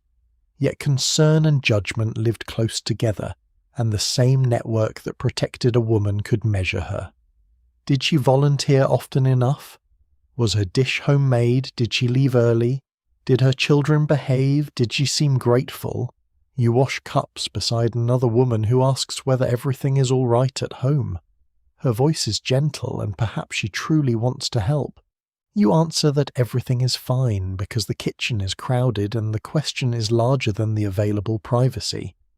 Religious community could make isolation less severe. It could also make concealment a useful household skill. For many women, the labour brought satisfaction that should not be dismissed. A church kitchen offered competence a public stage. A woman whose work at home disappeared each day could organise a dinner that fed 200 people and raised money everyone could see. She might manage accounts, direct volunteers, train younger women, solve shortages and earn respect from the congregation. Friendships deepened over dishwater and coffee. Humor emerged in the pressure of serving too many guests with too few forks. Older women passed down recipes, customs, and practical wisdom. Younger women learned how communities survived illness funerals, births, financial hardship, and sudden need. The work could be exhausting and still be meaningful. It could reinforce narrow expectations and still provide real authority. Women who were told their place was service sometimes made service into administration, influence, and collective power. They did not always overturn the structure. They learned how to move within it, around it, and occasionally beneath it, carrying a tray. By late afternoon, the guests have gone upstairs, gone home, or gathered near the doors for conversations that appear unable to conclude. Downstairs, the tables are bare again. You scrape plates, stack cups, wrap leftovers, and wipe the same counter twice because nobody remembers whether it was already done. The good tablecloths are folded. The coffee urn is unplugged. A child is asleep across two metal chairs while several women discuss next month's event. Your feet ache inside shoes chosen for appearance rather than kitchen duty. At home, another meal will eventually be needed along with laundry, baths, school preparation, and the ordinary restoration of Monday. Still, as you carry the final box toward the stairs, someone thanks you. The gratitude is real. So is the fatigue. The church basement has given you friendship, usefulness, responsibility, and one more room to maintain. Soon the work will move beyond meals and dishes into sewing circles, missionary societies, charity drives, and committees where women were permitted to organize nearly everything except the language used to describe their authority. Leadership did not always stand behind a pulpit.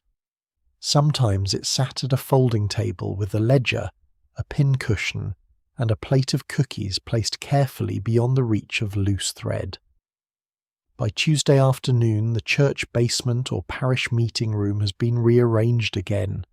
The long tables are covered with fabric scraps, envelopes, missionary newsletters, donation lists, and small paper cards bearing the names of women who are sick, recently widowed expecting a baby, or temporarily unable to manage alone.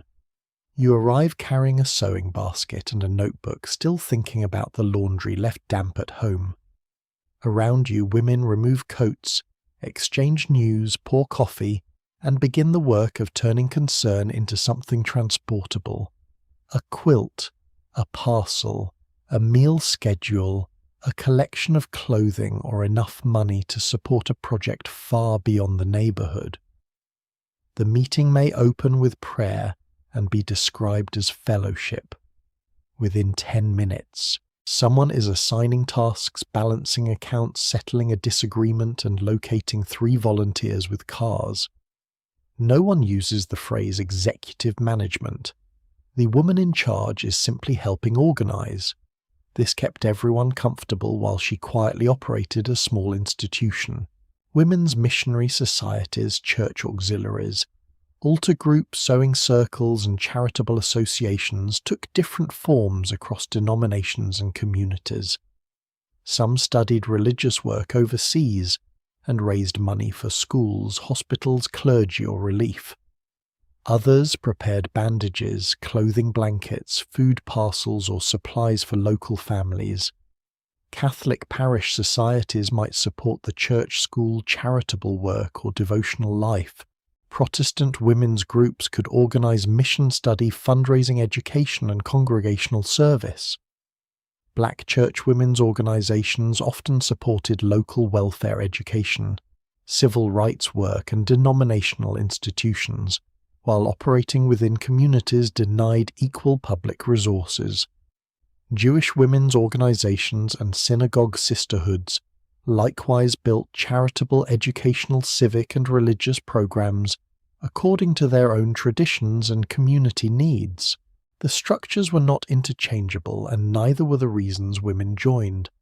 Some came from deep religious conviction, some needed friendship, Some wanted meaningful work outside the home.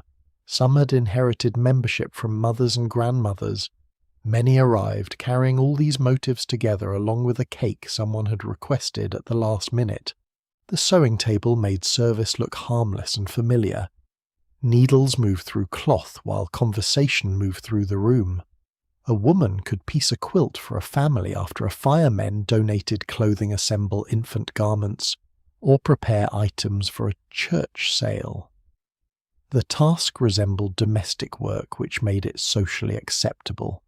Yet once several women worked together, sewing became organization.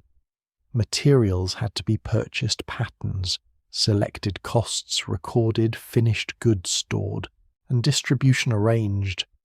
Someone needed to know who had contributed what, who had promised more, and which member had quietly stopped attending because her husband was ill. You may be hemming a blanket while listening to an older woman explain how the group handled a similar crisis years before. Another member knows which grocer will donate flour. Someone else has a cousin at the newspaper who may print an announcement. The room contains a map of local influence that no official directory records. Women who were told that public authority belonged elsewhere became experts in the movement of food, money, information, and sympathy. They called it service because service opened doors that ambition might have closed. Missionary work also gave women permission to study a wider world. A meeting might include a report on a school clinic congregation or relief effort in another country or region. Newsletters were read aloud. Maps were unfolded. Photographs circulated from hand to hand. The material could inspire real generosity and a sense of connection beyond the local church. It could also carry the paternal assumptions, racial hierarchies, and simplified cultural descriptions common to the period. Distant communities were sometimes presented mainly as recipients of American guidance, while the complexity of their own religious traditions and leadership disappeared from view. Women absorbed these messages and passed them to children, congregations, and donors. Yet they were not always uncritical. Some developed long correspondence with missionaries, asked practical questions, challenged wasteful plans, or became more aware of poverty and injustice through the very programs that had initially offered a simplified story. The missionary circle could reinforce the limits of its era and still widen a woman's understanding of the world. History again refused to remain tidy. It had been given access to the supply cupboard. Money placed these groups closest to visible power. Pennies, coins, small bills, ticket sales pledges, and donated goods accumulated slowly. A bake sale might fund new furnishings. A bazaar could contribute to repairs. Regular offerings could support a missionary salary, a children's program, or emergency relief. These sums were often modest compared with institutional budgets, but they represented hours of unpaid labor and careful household sacrifice. You record contributions in a ledger, count the cash twice, and place it into an envelope for the treasurer. Some women save from grocery money or postpone personal purchases to contribute. Others offered labor because money was scarce. The group learned to stretch resources, negotiate prices, and persuade the congregation that one more collection was justified. Male officers might formally approve the project or receive the final report. The women had already created the funds. Their cake stitches, telephone calls, and personal relationships had transformed private household resources into institutional support. The church could admire female generosity without examining how much financial skill was required to produce it. Meetings were not always peaceful. Respectable women could disagree with extraordinary precision. One member wanted the sale held in October. Another insisted that October belonged to the harvest supper. Someone had ordered the wrong ribbon. Someone else had promised a delivery date without asking the sewing committee. A younger woman suggested changing a tradition, which caused several older women to become deeply interested in preserving biblical principles that appeared to involve table decorations. You sit between generations, translating firmness into courtesy. Direct anger could be frowned upon, so conflict arrived through pauses, compliments, carefully phrased questions, and the sentence. Perhaps we might consider another approach. This language did not eliminate power struggles. It merely placed small hats on them.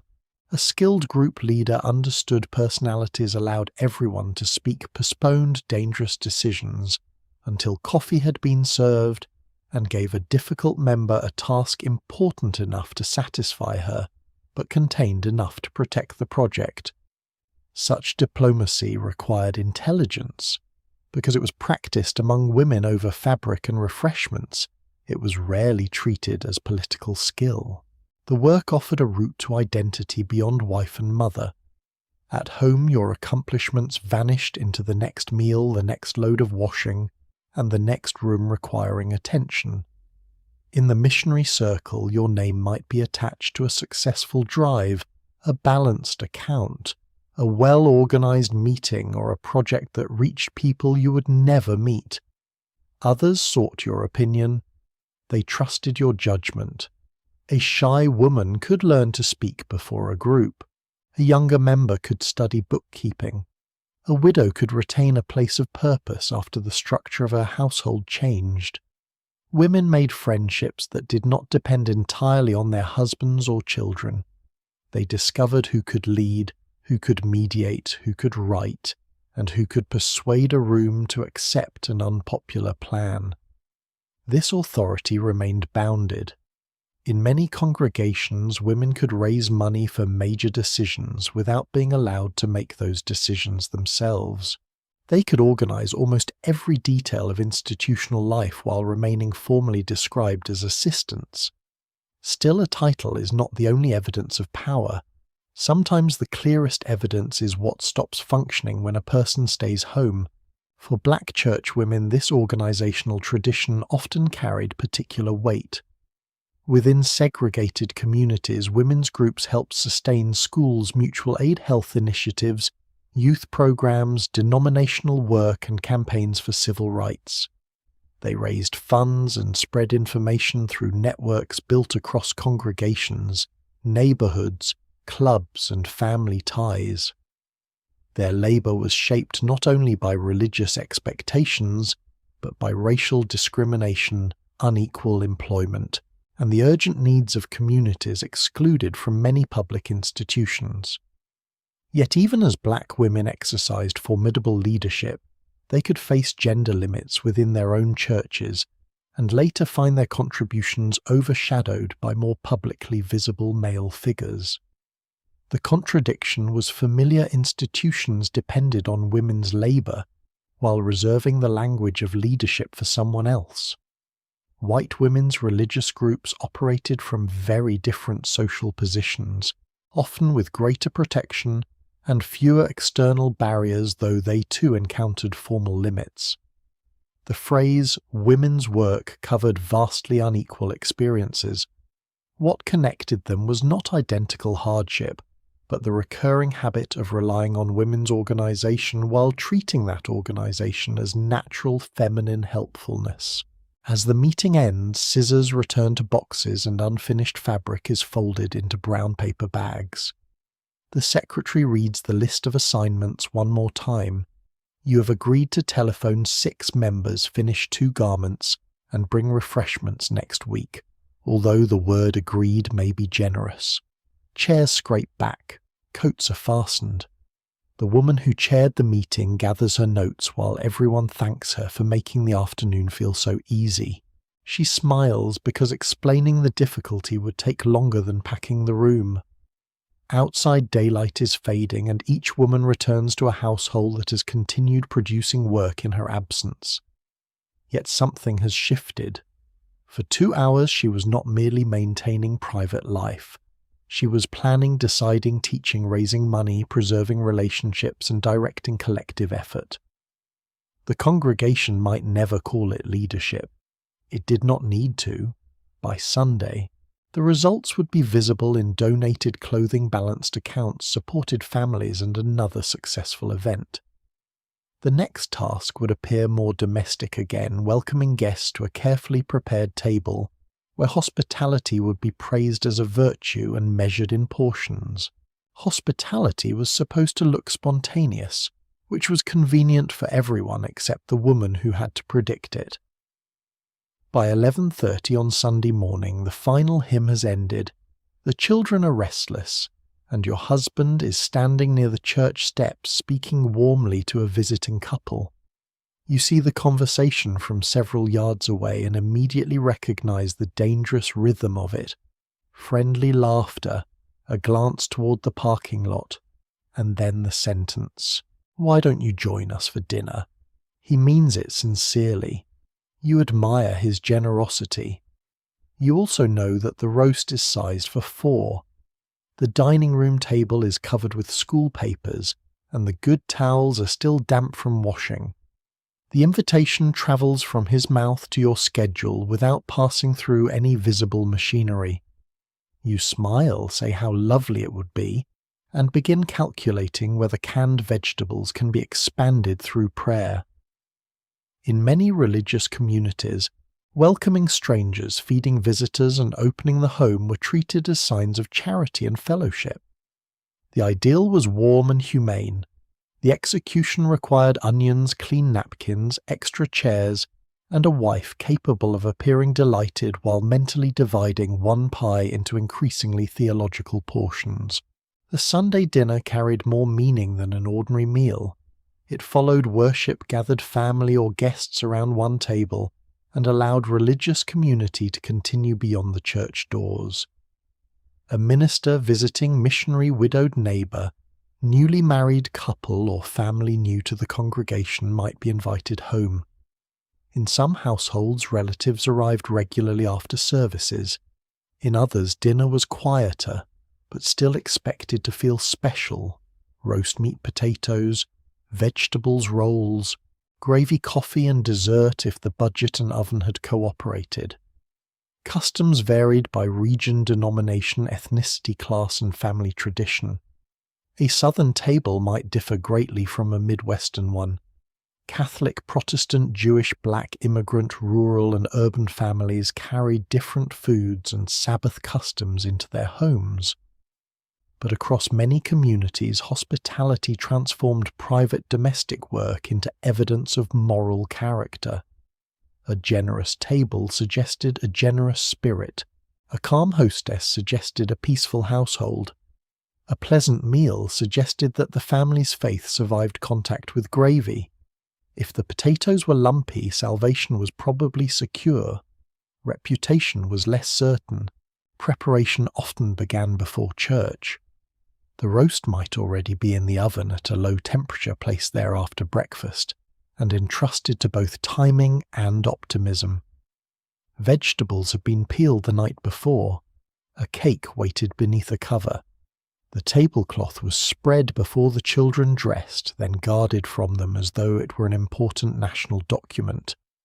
You return home, remove your hat, exchange your church shoes for house shoes, and enter the kitchen while the guests are still admiring the living room. Your husband offers them coffee. This is helpful, though the coffee must first be made. You tie on an apron over your Sunday dress or change quickly into something safer, then open the oven and release a wave of heat carrying the smell of browned meat and onions. The roast is smaller than you remembered. The guests are hungrier than they appeared beneath their coats. You add bread, increase the vegetables, and pour gravy into the good boat because presentation can perform miracles unavailable to quantity. Hospitality required abundance, or at least the convincing arrangement of limited resources. A skilled hostess could make scarcity sit politely at the far end of the table and say very little. The moral pressure came from the belief that a faithful home should be open, cheerful and ready to serve. This could produce extraordinary kindness. Families fed travellers, newcomers, grieving neighbours, young ministers, students, and people passing through difficult times. A meal offered without ceremony could relieve loneliness more effectively than a formal speech. Women who spent much of the week inside the home could turn that home into a place of connection and purpose. The dining table became a small social institution where news was exchanged, advice offered, children included, and friendships formed. Yet the ideal could become demanding when readiness was treated as permanent.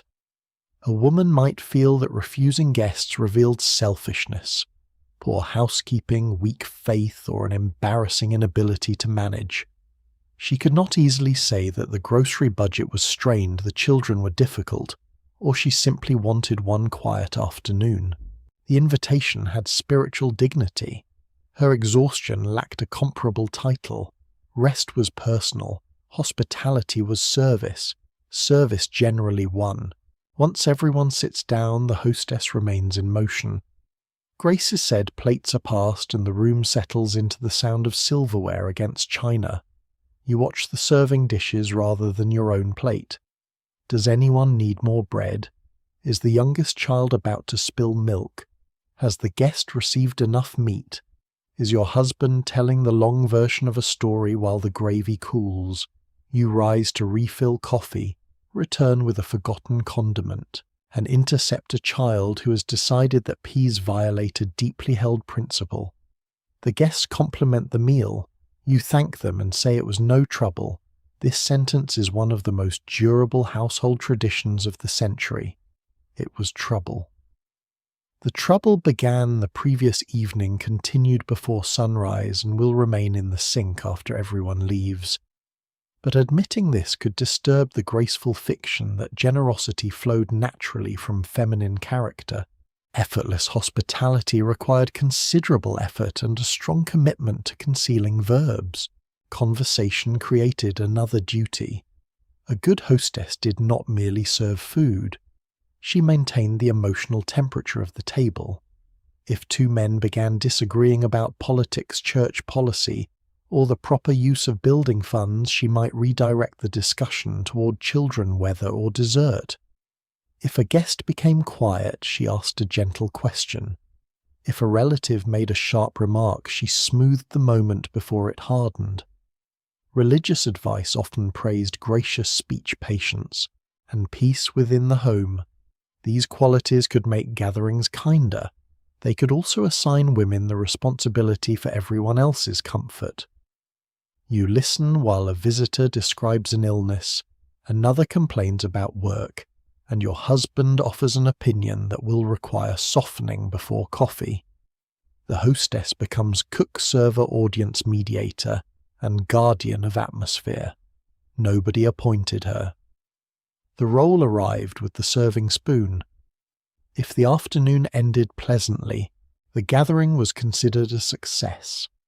If tension remained, she might replay the conversation later and wonder what she should have done differently. Class shaped the burden sharply. A family with domestic help, a large kitchen and money for plentiful food could perform hospitality differently from a woman stretching a small roast in a crowded apartment. Working-class wives might prepare Sunday dinner after a week of paid labor. Farm women could combine church attendance with chores that ignored the Sabbath. Black women might return from worship to host relatives' church members or community organizers after spending the week in jobs that demanded service inside other people's homes. In segregated America, the black home and church table could offer safety, dignity, political discussion, and mutual support unavailable in many public places. Hospitality carried communal power, but the work still fell heavily on women. Immigrant families might preserve faith and identity through foods requiring hours of preparation.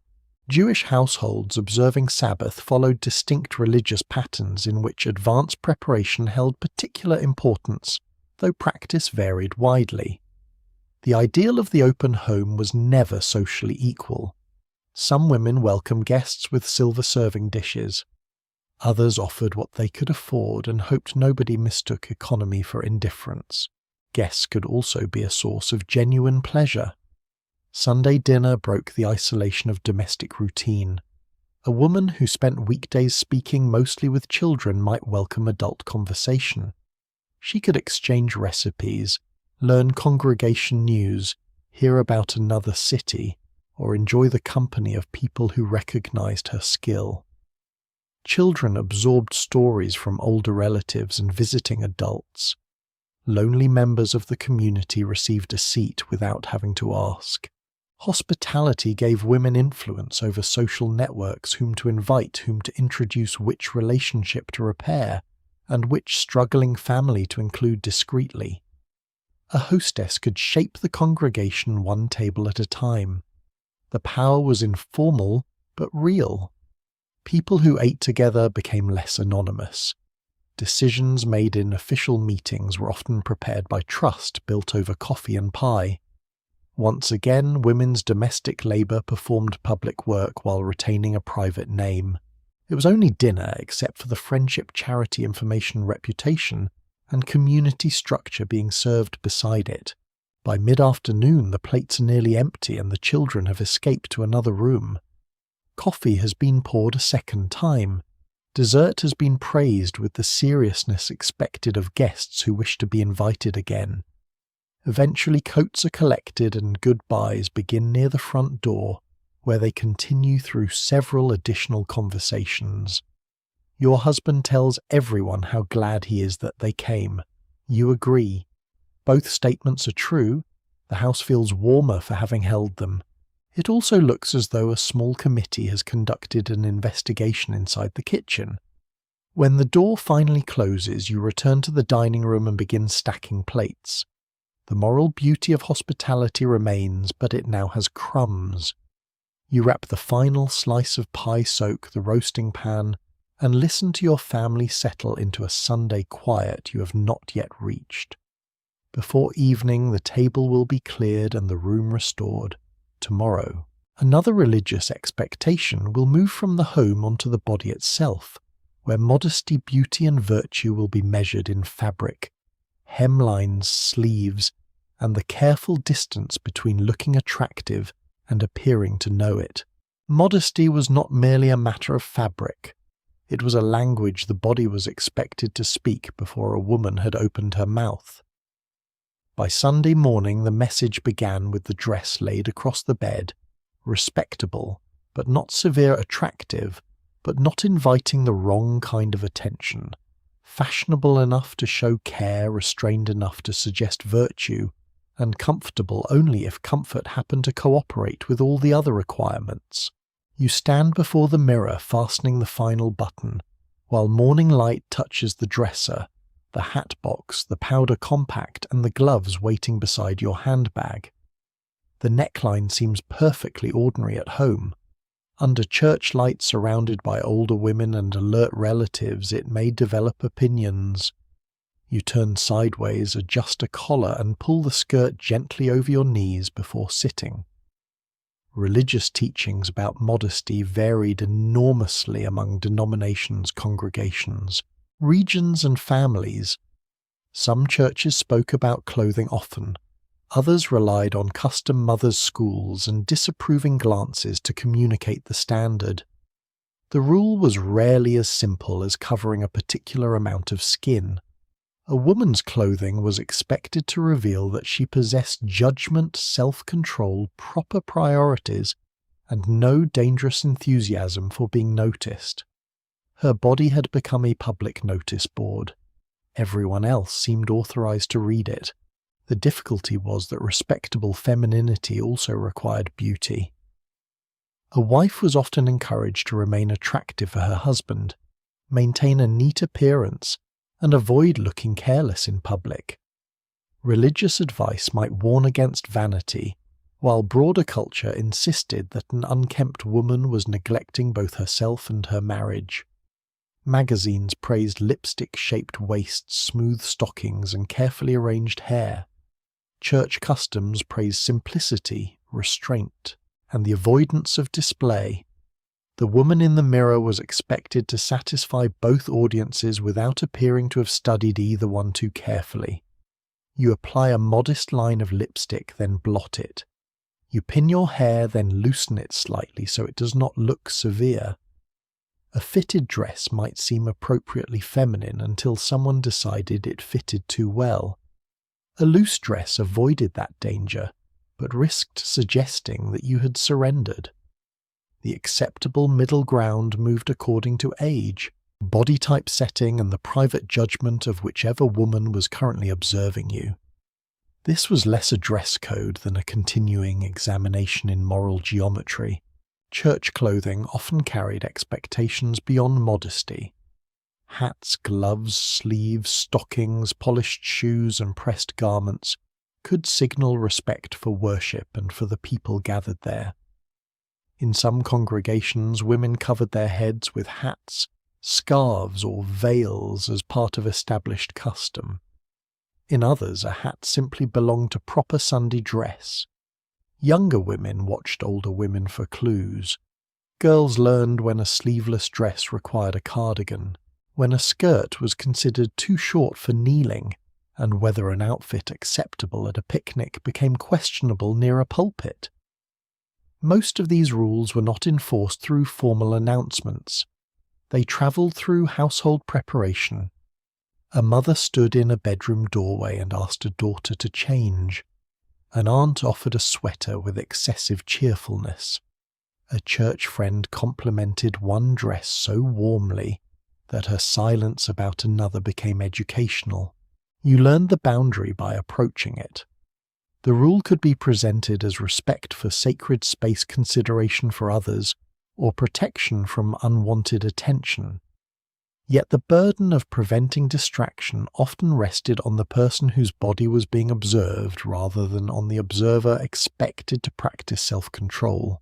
For adolescent girls, clothing could become the first lesson that their bodies had acquired social consequences. A dress that had seemed innocent in childhood might suddenly be treated as evidence of carelessness. A developing figure could make the same blouse appear different without the girl having chosen anything at all. Mothers were then expected to translate discomfort into guidance without frightening or shaming their daughters. You stand beside a teenager in a department store fitting room while she studies a skirt in the mirror. She likes it. You like it too, but you are calculating where the hem will fall when she sits, bends, or walks up church steps. Your concern is not only religious teaching.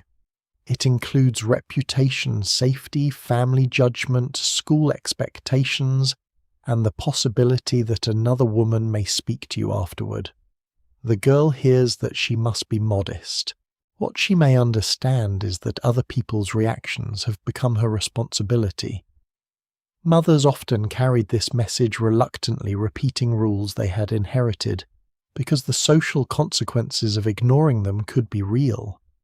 Protection and restriction were woven into the same seam. Married women faced a related contradiction. Their attractiveness could be framed as a marital duty, while visible sensuality outside the home could be treated as a threat.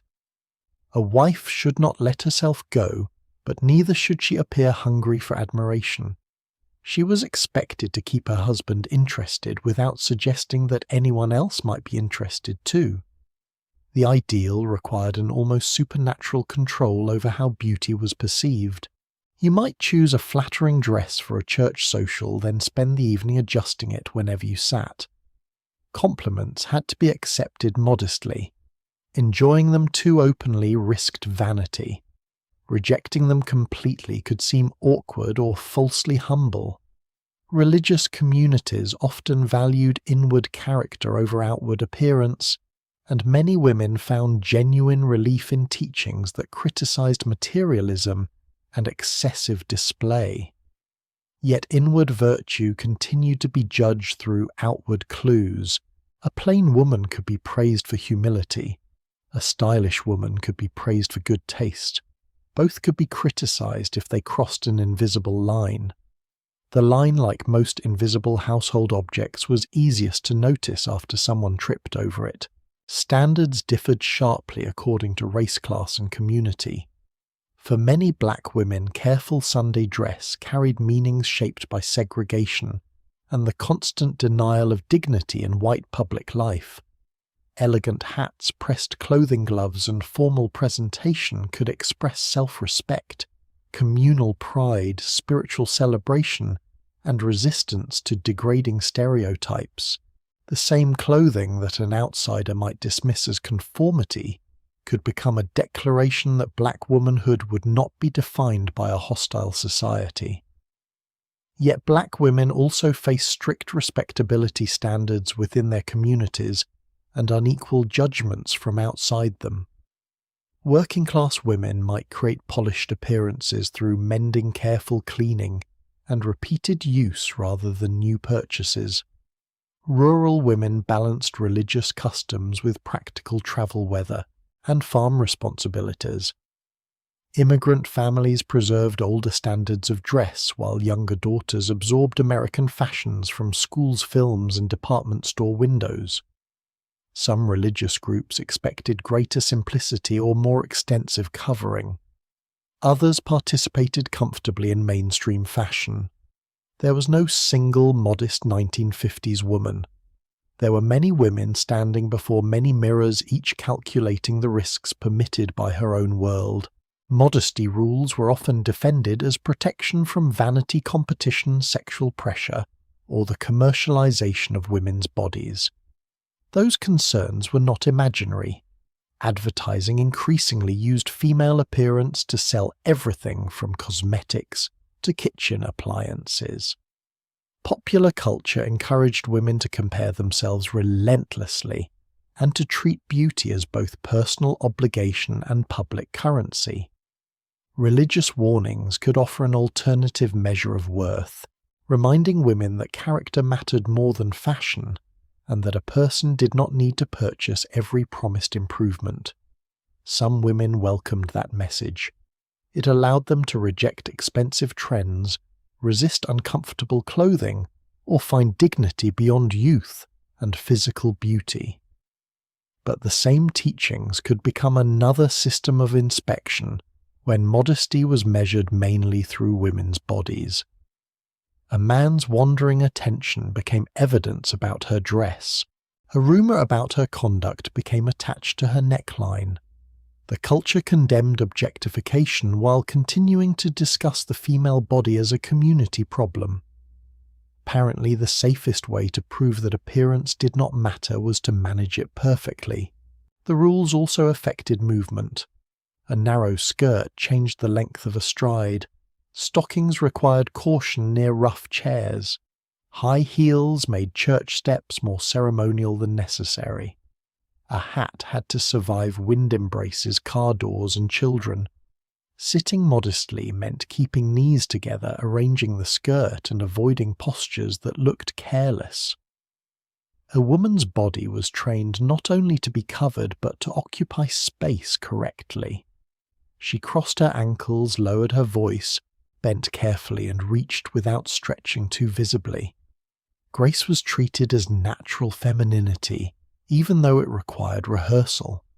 You learn how to kneel without crushing a hem, how to retrieve a dropped glove without creating a spectacle, and how to hold a restless child while preserving the structural integrity of your hat.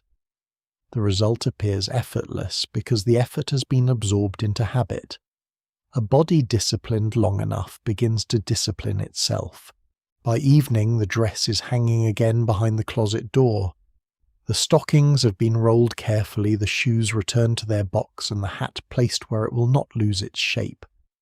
Without them, you're simply a tired woman standing in a slip before the mirror, the marks of elastic and seams faintly visible against the skin. The public message has been removed piece by piece. What remains is more complicated than either modesty or vanity. Clothing could express faith, dignity, pleasure, artistry, belonging, and self-respect. It could also carry fear of judgment and the exhausting belief that a woman's character might be misread through 1 inch of fabric. Tomorrow the body will be dressed again and sent back into the world. But clothing was only the visible boundary of religious expectation. Inside marriage, deeper rules governed desire, duty, patience, and the subjects a respectable wife was expected to keep private. The dress could cover the shoulders, It could not conceal every burden carried beneath them. Marriage advice often arrived in a calm voice printed in a pamphlet spoken from a pulpit, or offered across a kitchen table by someone who had already decided what a good wife should do. By the 1950s, an American woman seeking guidance about a troubled marriage might encounter religious counsel, emphasizing patience, forgiveness, humility, loyalty, and the preservation of the home. These virtues could strengthen ordinary marriages. Every household contained irritation, pride, tiredness, and the occasional argument conducted through cupboard doors. Advice to listen carefully, control anger, and remember shared commitments was not inherently oppressive. The trouble began when every difficulty was treated as the same kind of difficulty. A husband forgetting an anniversary was not the same as a husband controlling the money, humiliating his wife, drinking away the paycheck, threatening the children, or making the home unsafe. Yet the language offered to women could remain remarkably similar. Be patient, pray more. Avoid provoking him. Examine your own attitude and try to create a more peaceful atmosphere. The guidance sounded gentle. Its consequences depended entirely on the problem waiting at home. You sit in a pastor's study or parish office, gloves folded in your lap, trying to describe a marriage without damaging its reputation. The room contains books, a wooden desk, perhaps a framed religious print, and the faint smell of pipe smoke or furniture polish. Your husband is not cruel every day. He works hard. The children love him. He's been under pressure. These details matter, and you offer them before mentioning the part that frightened you. Respectable women were often expected to protect family privacy, and religious communities frequently treated marriage as a sacred covenant rather than a personal arrangement to be abandoned when inconvenient. For many couples, that seriousness encouraged endurance through illness, financial strain, grief, and ordinary seasons of disappointment. But it could also make a woman feel that speaking honestly about harm was itself a betrayal. She might soften every sentence, remove the sharpest facts, and ask only how she could become more understanding. By the time the problem reached another person's ears, it had been edited into something almost manageable. Marital duty carried both emotional and physical expectations. Wives were often told to remain affectionate, attentive, attractive, and responsive to their husbands, while discussion of female desire, fear, pain, or reluctance remained limited.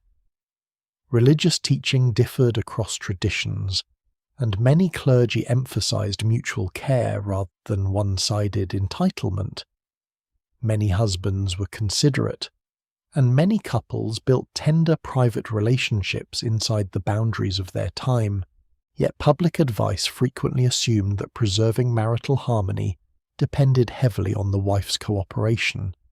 She was encouraged not to use affection as punishment, not to appear cold, and not to neglect the marriage while caring for children.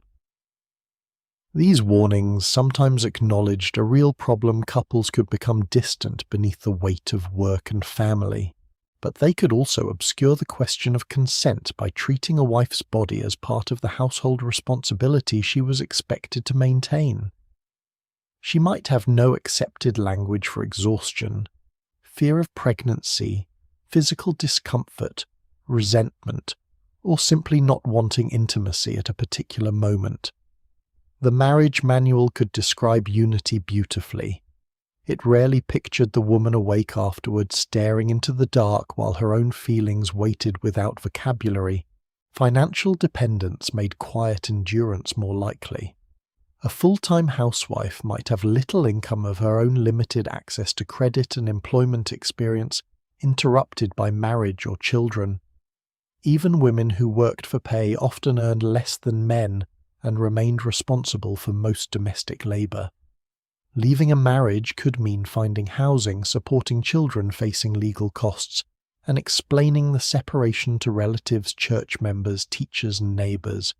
Divorce laws varied by state, and religious attitudes toward divorce and remarriage differed sharply among denominations. Catholic teaching placed particularly strong limits on divorce and remarriage, while Protestant congregations range from strict opposition to more flexible pastoral responses. Local practice could be harsher or kinder than official doctrine. Whatever the theology, the practical arithmetic remained severe. You might know that the marriage is damaging and still have nowhere affordable to go. Advice about commitment sounds different when one person holds the paycheck and the other holds the grocery list. The community often knew more than it admitted. A woman arrived at church with powder carefully covering a mark, or with a smile too deliberate for the hour. A child became unusually quiet. A husband's temper was visible at a supper, then explained as fatigue. Friends might sense that something was wrong, and offer a meal, a place to sit, or a private question asked beside the sink. Some clergy and congregations did intervene, confront abusive men, arrange temporary shelter, involve relatives, or help women seek legal protection. Others minimized the danger, encouraged reconciliation too quickly, or treated the preservation of the marriage as more urgent than the safety of the people inside it. The response depended on individuals' local culture doctrine and whether the harm was understood clearly. Domestic abuse was often described through euphemism: a difficult temper, marital trouble, drinking nerves, a private matter. Euphemism protected the family's public image. It also protected the person causing the fear. The marriage remained respectable because the language had been cleaned before anyone saw it. Women also enforced the ideal among one another, sometimes out of conviction, and sometimes out of fear. An older relative might advise a younger wife not to make too much of a husband's behavior. A church friend might remind her that men disliked criticism after work. A mother who had endured her own unhappy marriage might present endurance as wisdom, because admitting the cost would force her to reconsider decades of sacrifice. None of these women needed to be unkind. They might sincerely believe they were protecting a marriage, preserving children from scandal, or helping a wife survive through tact. In a society offering few safe alternatives, endurance could appear practical. The cruel part was that the woman seeking help might receive a list of improvements for herself. Cook his favorite meal, keep the house calmer, avoid arguing, dress more carefully, pray for patience. The husband's behavior became a problem she was expected to solve through better performance. Apparently, even another person's anger could be added to the housewife's schedule, yet religious faith could also give women tools for resistance. A wife might insist that cruelty violated the husband's duty to love and protect. She might seek support from a trusted minister, nun, rabbi, churchwoman, relative, or physician. She could use religious language to defend her children, demand sobriety, challenge financial neglect, or reject the idea that silence was virtuous. Women's networks often carried information quietly. Who could provide a room, who knew a lawyer, which relative would come immediately, which pastor would listen, and which one would not. Some women separated. Some divorced despite stigma. Some remained while building practical boundaries. Others endured situations they could not safely change. Their choices cannot be judged fairly without understanding the limits around them. The ideal of the faithful wife was powerful, but women were never merely symbols inside it. They calculated, adapted, concealed, resisted, prayed, negotiated, and sometimes left. Courage did not always look like departure. Sometimes it looked like telling the truth to one person after years of saying nothing. Even in marriages without abuse, the expectation of quiet endurance shaped emotional life. A woman disappointed by her husband's indifference, loneliness, or refusal to share responsibility might feel guilty for wanting more. She had a home, children, food, and a man who came home each evening. Was dissatisfaction therefore selfish?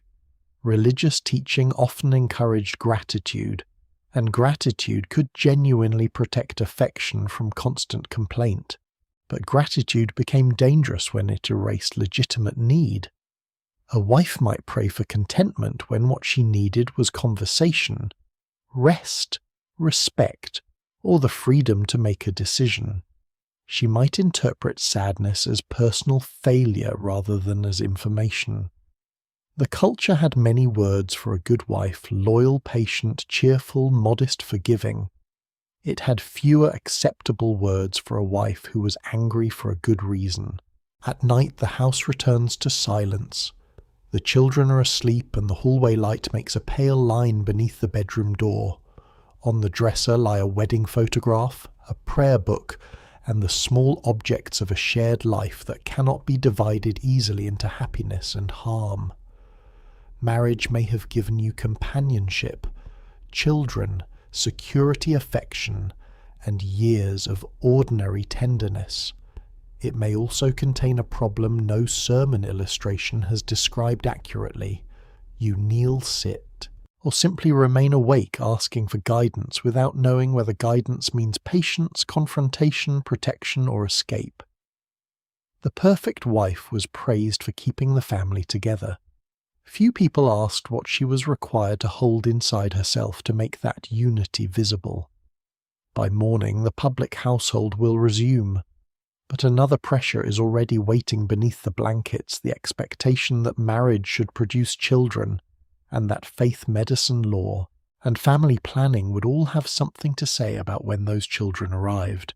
The bedroom was private, but the rules inside it had remarkably public consequences.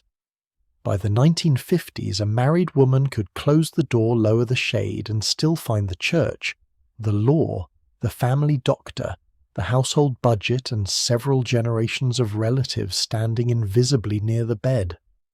Marriage was expected to produce children, and children were often described as blessings, signs of hope, and the natural fulfillment of family life. Many women sincerely desired motherhood and found profound meaning in raising sons and daughters, but desire did not make pregnancy effortless, predictable, or safe from worry. You might already have 3 children sleeping down the hall, a grocery account stretched to its limit, and a doctor who has advised you to regain your strength before another birth. Your husband may want more children, fewer children, or simply no conversation, requiring him to look directly at the calendar. The question of when another baby should arrive belongs to both of you in principle. In practice, the physical consequences will occur almost entirely inside your body. Religion offers moral guidance. Medicine offers incomplete information. The law offers different answers depending on where you live. Meanwhile, the month proceeds with the quiet efficiency of a clock that has not asked whether the family can afford another crib. For Catholic wives, official teaching remained clear in its rejection of artificial contraception. Earlier papal teaching had condemned deliberate interference with the procreative character of marital relations, and in 1951 Pope Pius XII addressed the circumstances under which married couples might use periodic abstinence for serious reasons. What later generations would often call the rhythm method depended on estimating the fertile portion of a woman's cycle and abstaining during that time. It required record-keeping, cooperation, restraint, and a body considerate enough to behave predictably. Many bodies declined. Illness, stress, breastfeeding, irregular cycles, and imperfect knowledge could make the calendar difficult to interpret. You mark dates discreetly in a small notebook hidden beneath handkerchiefs or inside a dresser drawer. The method is presented as natural, morally acceptable, under particular conditions and compatible with religious teaching. It may also turn every month into a clerical project involving arithmetic, temperature, uncertainty, and conversations conducted after the children are asleep. The husband is called to share the restraint. The wife usually performs the paperwork.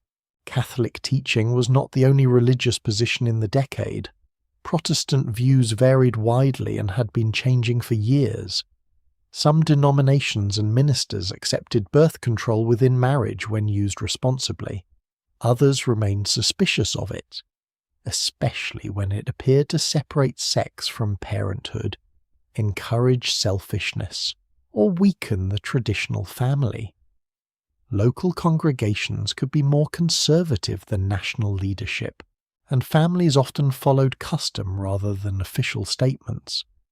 Jewish religious approaches also differed according to tradition, interpretation, medical need, and the obligations attached to marriage and family life. The phrase religion opposed birth control therefore hides too much. Religion spoke with many voices. A minister might tell one couple that planning their family was prudent stewardship. Another might warn that they were placing convenience above faith. A physician might recommend a method without asking much about doctrine. A mother-in-law might provide a stronger opinion than all three. Couples did not receive a single rule. They received a crowded room of principles and then returned home to make a decision nobody else would physically carry. The available methods were far less simple than the small daily tablet that would transform family planning in the following decade. The first oral contraceptive would not receive federal approval for contraceptive use until 1960. During most of the 1950s, couples relied on methods already familiar in earlier years: condoms, diaphragms, spermicidal products, periodic abstinence withdrawal, prolonged abstinence, or hope dressed as scheduling. Access depended on location, money, medical care, marital status, and a doctor's willingness to discuss the subject. In some states, older laws still restricted contraception or the distribution of contraceptive information. Drugstore products might be sold through euphemism, placed behind counters, or discussed as protection against disease rather than pregnancy. A respectable married woman could feel embarrassed asking even a physician for guidance. She might sit fully dressed in an examination room while a male doctor offered brisk instructions about the most intimate part of her life. The medical language sounded clinical. The practical reality involved awkward devices, private washing, hidden supplies, and the possibility that a child would open the wrong drawer. Secrecy increased the burden because failure was visible while prevention was expected to remain invisible. If a couple successfully delayed pregnancy, nobody needed to know how. If pregnancy occurred, the woman's body announced the result long before she was ready to explain it. She might welcome the news and still feel afraid. Another child meant another birth, another period of recovery, another mouth to feed, and years added to the daily work of care. Pregnancy and childbirth carried risks that families understood through personal experience, even when they did not discuss them openly. Many women knew someone who had suffered a miscarriage, a difficult delivery, lasting health problems, or the death of an infant. Yet fear could sound ungrateful in a culture that praised motherhood as a woman's highest calling. You were allowed to say that children were blessings. Saying that you were frightened of having another required greater caution. Love and dread could exist together. The public language preferred that they take turns. The expectation of motherhood also affected intimacy between husbands and wives.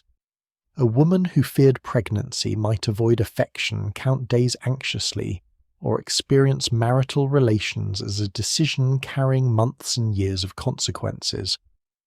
Her husband might share the concern, cooperate with abstinence, and accept responsibility for contraception. Many did. Others regarded prevention as the wife's problem, or interpreted reluctance as personal rejection. Religious advice emphasizing marital generosity could become comforting when it encouraged tenderness and mutual sacrifice. It became harmful when a wife's fear, health, or consent was treated as less important than her duty to remain available. The rules surrounding birth control were therefore never only about devices or doctrine. They shaped conversation, trust, resentment, and the distribution of risk.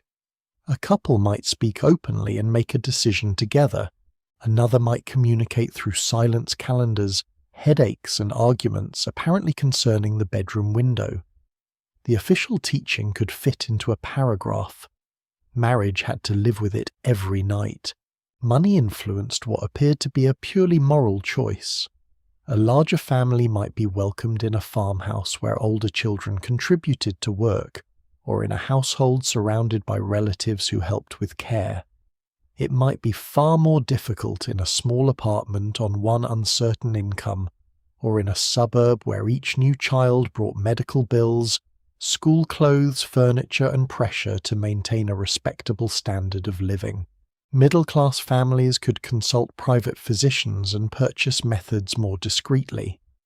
Poor women, rural women, and women excluded by segregation often faced fewer doctors, less privacy, and institutions that did not treat their concerns with equal respect.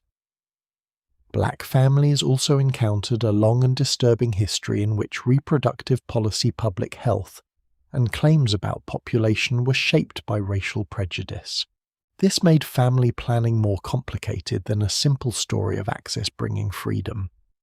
Women could be denied information, judged for having children, judged for trying not to have them, or approached by authorities who valued social control more than the individual choice.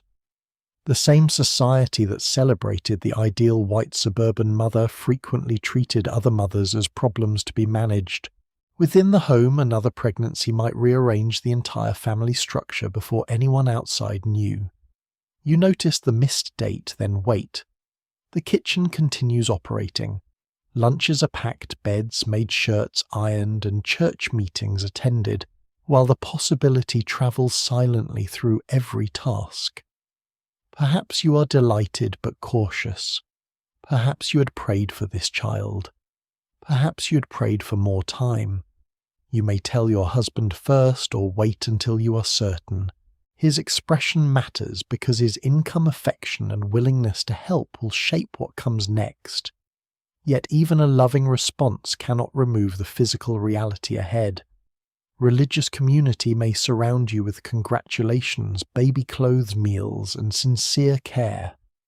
It may also leave little room for mixed emotion. The expected face is grateful. The private woman may be calculating how to place another crib in the bedroom and whether the youngest child is ready to surrender it. Babies were blessings. Blessings still required square footage.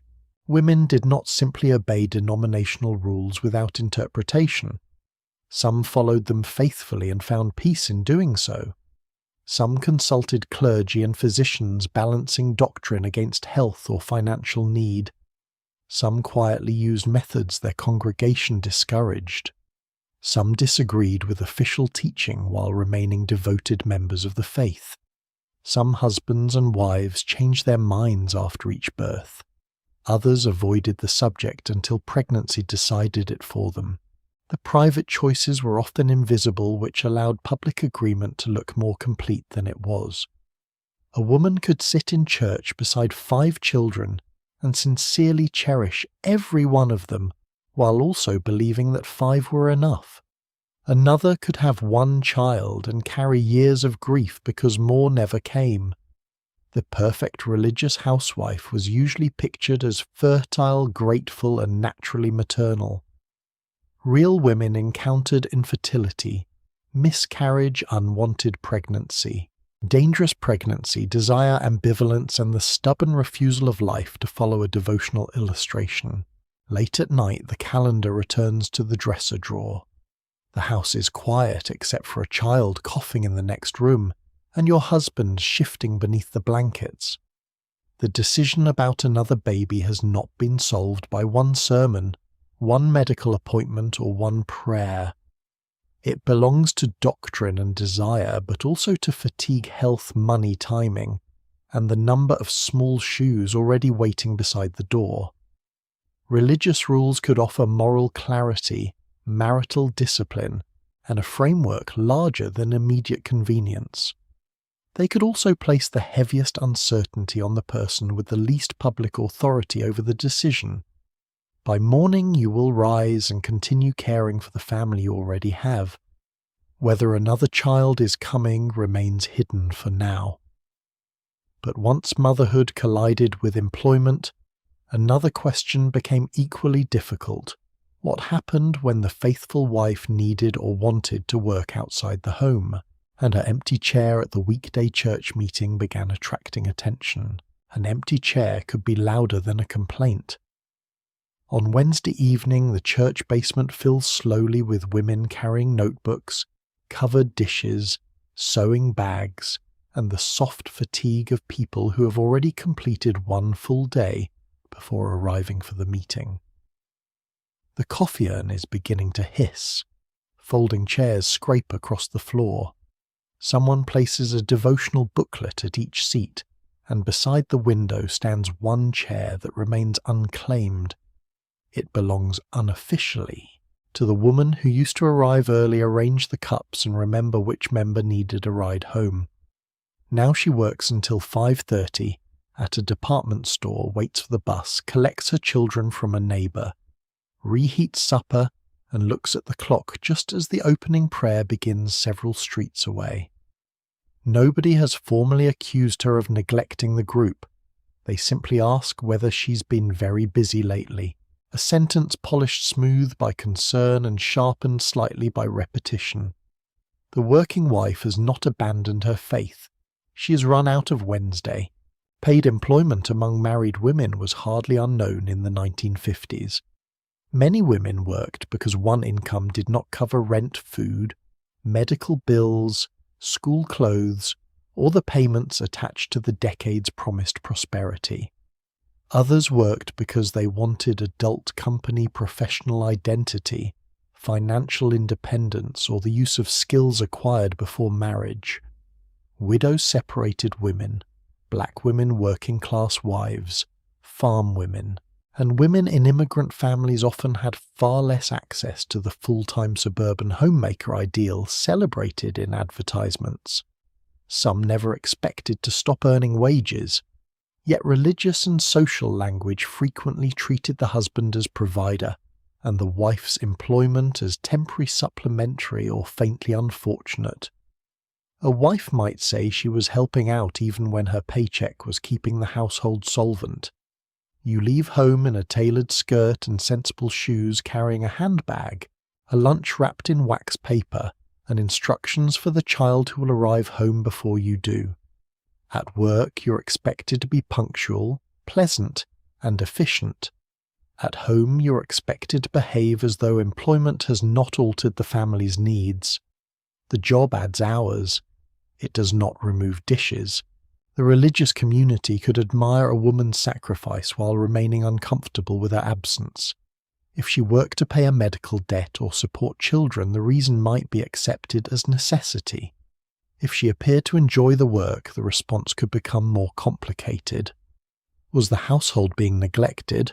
Were the children receiving enough attention? Did her husband approve? Was the additional income truly needed? Or had the family become too interested in material things? Churches did not speak with one voice, and many congregations included working women without treating them as failures. Some offered evening programs, childcare, practical support, or sincere respect for women's occupations. But the public ideal still cast a long shadow. A good wife was expected to be available when a child became ill, when a neighbour needed help, when the women's circle met, when a funeral meal had to be prepared, when the minister's family arrived, and when someone telephoned at 2 p.m. assuming she was home. Paid work violated availability more visibly than it violated doctrine. The church might not forbid the job. It simply continued scheduling as though the job did not exist. The double burden revealed itself in the hours surrounding employment. Your alarm rings before dawn because breakfast, lunches, clothing, and household instructions must be completed before you leave. You iron a blouse while coffee perks, check a school permission slip, and place meat in the refrigerator to thaw for supper. The children are reminded where to go after school. Your husband may help, particularly in a cooperative marriage, but many tasks remain yours because habit has already assigned them. At 5 o'clock, the office or shop releases you into a second shift. You stand on a crowded bus with a paper grocery bag against your knee, then hurry home to begin dinner while still wearing the clothes in which you have spent the day serving customers, typing letters, filing records, teaching pupils, cleaning rooms, or operating machinery. The family sees that you have returned. The house sees that you are gone. Dust, laundry and hunger have preserved the evidence with admirable patience. By the time Wednesday's meeting begins, you are scraping a pan and asking a child about homework. Service to the church has not become less important. It has simply lost the contest against 6 immediate emergencies. Other women may judge the empty chair, but many also understand it. The woman pouring coffee once worked before her second child was born. The widow near the radiator still earns wages and knows exactly what an evening meeting costs.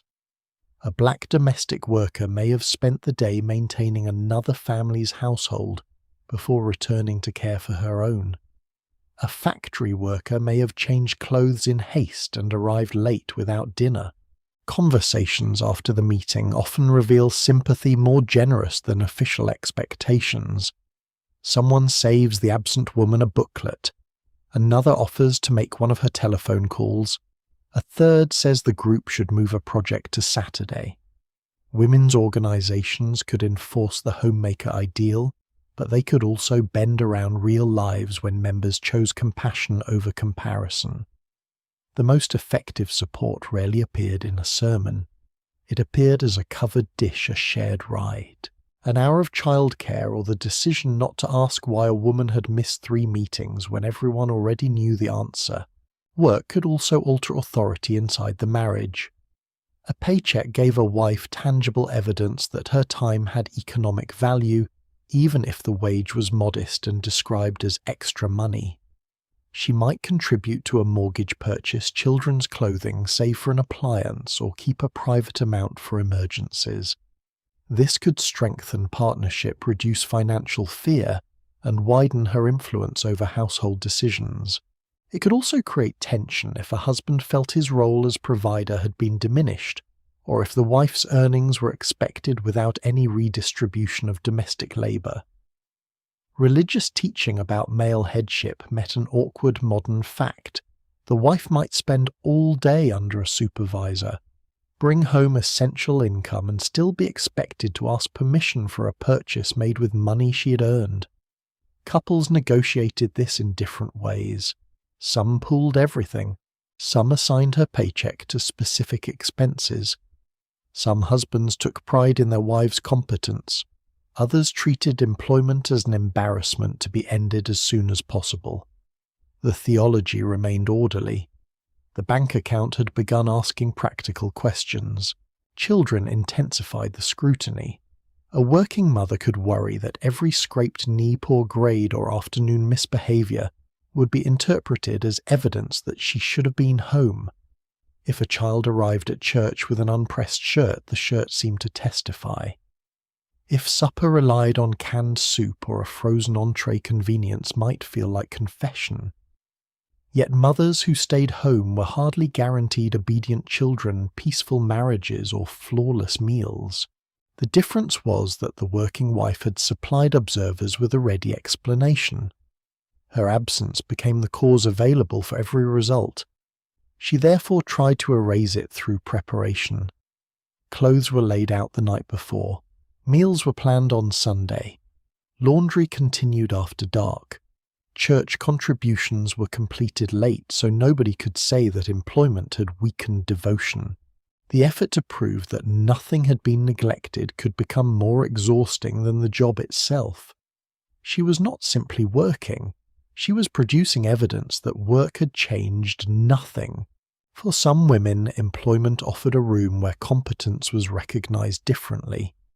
At a desk, counter, classroom, clinic, or factory line, the work might be repetitive and underpaid, and opportunities for advancement could be sharply limited. Women faced expectations about appearance, deference, age, and marriage there as well. Still, a supervisor might acknowledge a completed task. A paycheck arrived with a number attached. Co-workers discussed subjects beyond children and household supplies. A woman could become skilled at something the family did not immediately consume.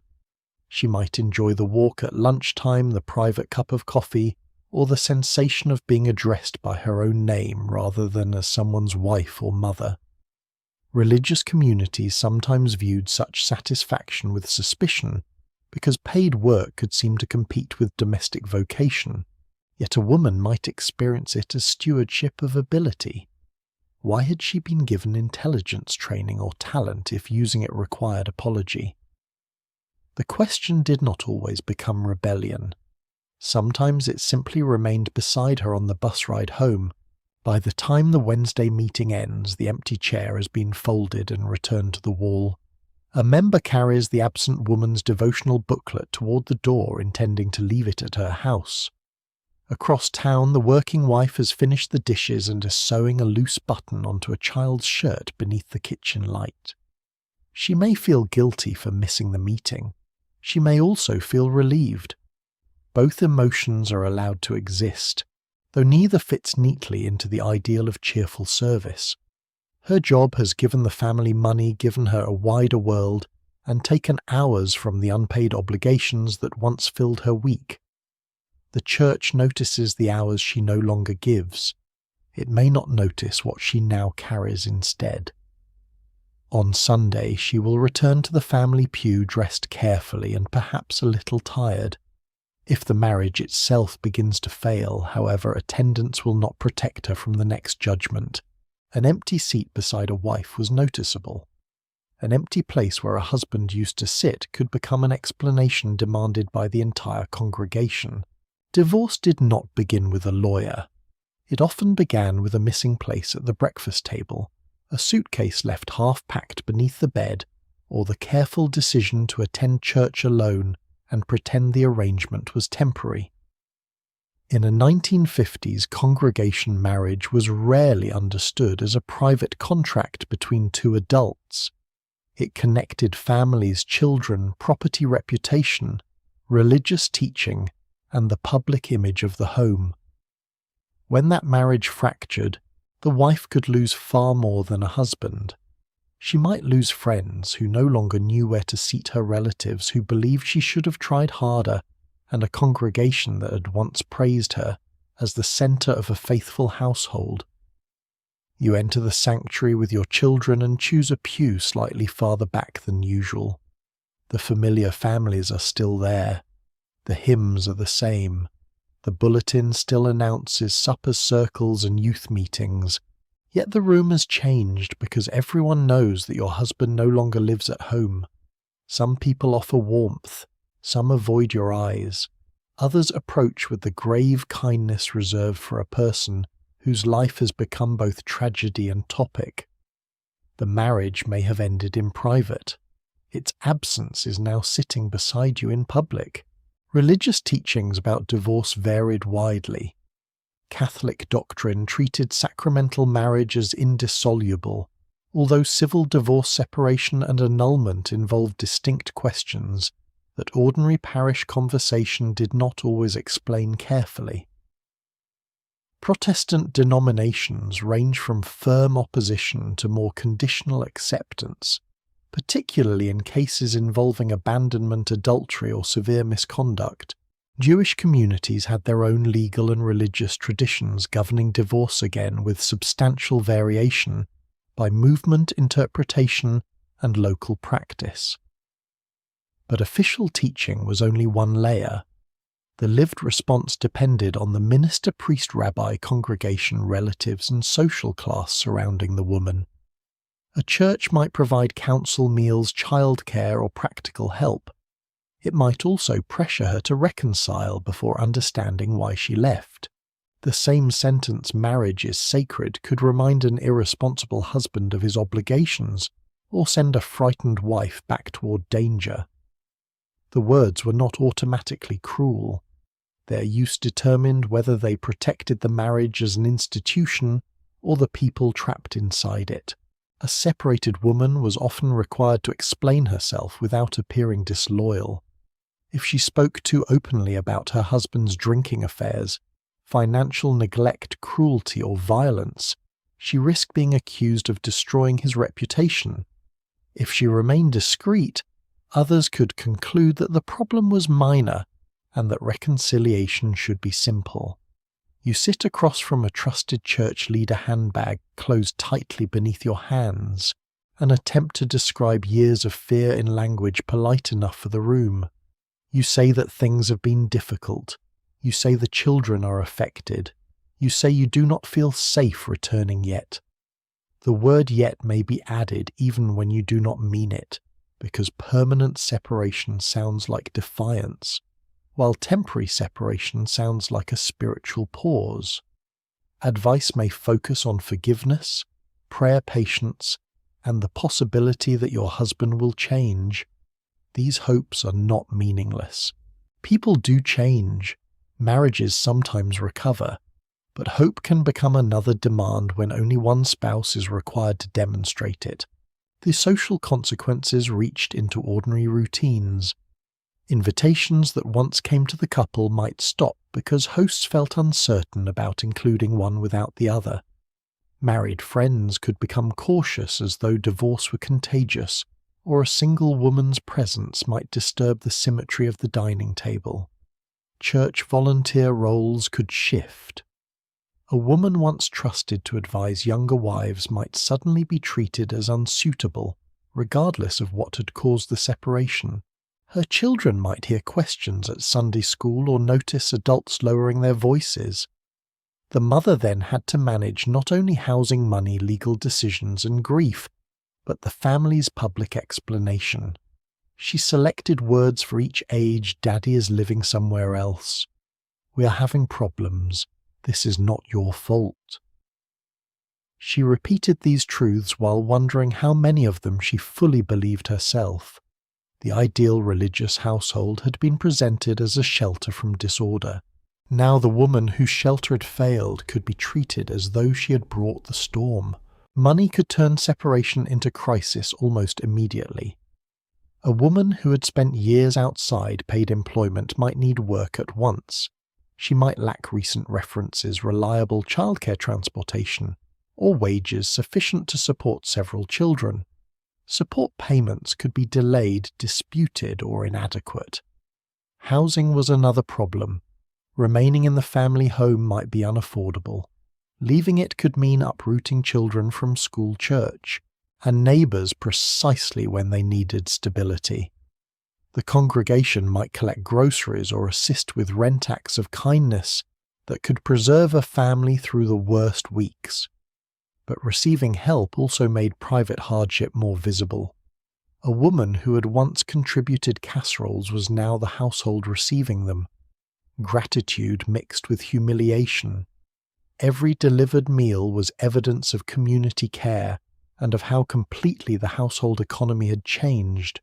The church could become her strongest safety net. It could also become the place where everyone knew the price of a crisis. Children complicated every decision because their well-being was invoked by all sides. A wife might be urged to return for the children even when the children were frightened by the marriage. She might also fear that divorce itself would mark them socially, emotionally, or religiously. In many communities, the two-parent household was treated as the natural foundation of moral development. A mother raising children alone could therefore feel that every difficulty confirmed someone's warning. A poor grade, an angry outburst, or a missed church service might be blamed on the broken home. You work late, hurry to a school meeting, and arrive after the first hymn on Sunday. What would once have been ordinary lateness now feels like evidence. The children are watched more closely, and you watch yourself through imagined eyes. This scrutiny could make a mother more disciplined and more exhausted. She was expected to prove that the family remained respectable even after the form of respectability had been lost. Women themselves often carried divided loyalties. A wife could still love the man she had left. She could miss his humor, remember early tenderness and hope for change while refusing to return to the same conditions. She might grieve not only the marriage she had, but the marriage she had believed possible. Religious language intensified that grief because vows had been spoken before God, family, and community. Ending the marriage could feel like moral failure even when remaining had become unbearable. Some women prayed for reconciliation, others prayed for the courage to resist it. Some returned and found genuine repair. Others returned because money pressure or loneliness left no practical alternative. Some divorced and rebuilt their lives, slowly accepting that certain relationships would not survive the decision. Their choices were rarely simple acts of freedom or defeat. They were negotiations with fear, faith, responsibility, affection, survival, and the limits of available support. Congregations could respond with surprising compassion. A minister might believe the woman confront the husband, help secure a room, or advise legal protection. Churchwomen could provide rides, childcare meals, and the discreet exchange of information. A widow might offer a spare bedroom. A working woman might recommend an employer.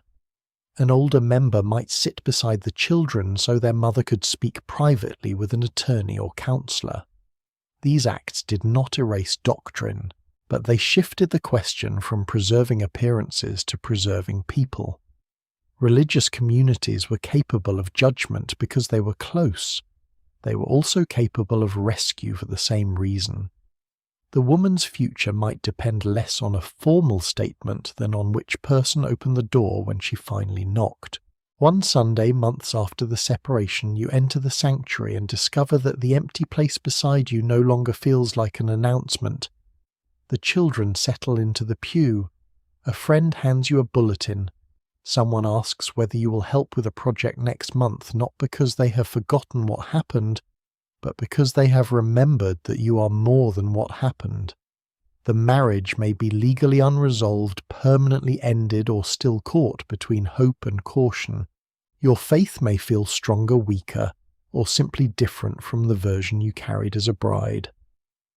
What has changed most is the understanding that a perfect household can conceal misery, while an imperfect household can still contain honesty, care, and courage. The congregation may accept that truth slowly. Institutions usually prefer the family photograph to the story behind it. But once the woman who lost her marriage begins rebuilding a life, another hidden structure becomes visible. Not all religious authority lived in white suburban pews, and not all faithful wives were waiting quietly at home. Across segregated America, Black church women were sustaining families, communities, and movements, while carrying pressures the polished housewife ideal had never been designed to acknowledge. The white suburban housewife was never the only religious woman in 1950s America. She was simply the one most often photographed beside the new refrigerator. Across segregated towns and cities, Black church women were managing homes, earning wages, raising children, caring for relatives, organizing congregations, and building institutions that served communities, denied equal access to schools, hospitals, housing, transportation, and public authority. On Sunday morning, you may stand before a mirror, pinning a hat carefully into place after spending the week cleaning rooms, teaching children, nursing patients, pressing clothes, serving meals, typing letters, or working behind a counter where white customers are treated with more courtesy than you are. Your dress is pressed, your gloves are clean, and the children have been warned to remain close. The effort resembles the polished domestic ritual described in magazines, but its meaning is different. Respectability is not merely a neighborhood performance. It is a defense against a society prepared to misread your family before it has spoken. The church doors open, and for several hours you enter one of the few major institutions in American life that Black communities largely built, financed, staffed, and sustained for themselves. The church offered worship, but it also functioned as school meeting hall, Relief Office Rehearsal Space Information Network and Public Forum. In communities restricted by segregation, a sanctuary or fellowship room might host youth programs, literacy work, musical training, charitable collections, political meetings, and emergency support. Women made much of this possible. They organized missionary societies, raised money, prepared meals, visited the sick, supported ministers, clothed children, kept records, and maintained the informal telephone networks through which news travelled faster than any printed bulletin. You might arrive early for a women's auxiliary meeting with a ledger beneath your arm and leave carrying the names of 3 families who need help. One requires groceries, another needs transportation to a clinic, a third has lost wages after an injury. Before the weekends, you will have located food, collected coins, arranged rides, and asked a church member with a spare room whether a relative can stay temporarily. None of this appears in the sermon title. It is still part of the ministry. The congregation's visible leadership may be male, but its daily survival often depends upon women whose authority has been disguised as willingness. That authority was built through work performed repeatedly and remembered accurately. A woman who knew every family in the congregation also knew who could donate who needed privacy, who owned a car who had relatives in another county, and which official might return a telephone call if enough respectable citizens placed it together. She understood budgets because she had stretched them. She understood negotiation because she had dealt with employers, landlords, shopkeepers, school officials, and public institutions that did not treat her as an equal. She understood public presentation because a mistake by one black woman could be used by white observers to judge an entire community. These skills moved easily into church organization. A fundraiser required accounting. A youth program required scheduling. A relief drive required transportation and trust. A public campaign required disciplined communication. The culture might describe her as supportive, devoted, or dependable. These were compliments, but they concealed the full scale of the work. She was not merely helping the church. She was practicing administration in a society that often refused to call her an administrator. The pressure of respectability could be severe. Black women were asked to represent dignity in the face of stereotypes designed to deny it. Clothing, speech manners, family order, and church participation could all become evidence in a public argument they had not chosen. Mothers taught children to be polite not only because courtesy was virtuous, but because a careless word to the wrong white adult could bring humiliation, punishment, or danger. A Sunday school lesson about obedience therefore existed beside another lesson delivered at home: how to behave in stores, where to sit, when to lower the eyes, and how to recognize a situation becoming unsafe. The religious mother carried responsibility for the child's sole character and survival. She might tell a son that he was equal before God, while preparing him to enter a world organized around denying that equality. She might teach a daughter self-respect while warning her that intelligence and confidence could be interpreted as insolence. Faith promised a moral universe larger than segregation. Monday morning returned the family to the smaller one enforced by law, custom, and white authority. Black church women also faced gender expectations within their own institutions. They could raise money for a church building without possessing equal control over how the building was used. They could fill pews, direct choirs, teach children, lead women's departments, and sustain denominational programs, while the pulpit and the most visible titles remained largely male. Their service was praised, though formal leadership could remain limited. This created a familiar contradiction, but not an identical one to the white suburban ideal. Many black women had always worked for pay, whether from economic necessity, personal ambition, or both. The assumption that respectable womanhood required permanent withdrawal from employment had rarely matched their lives.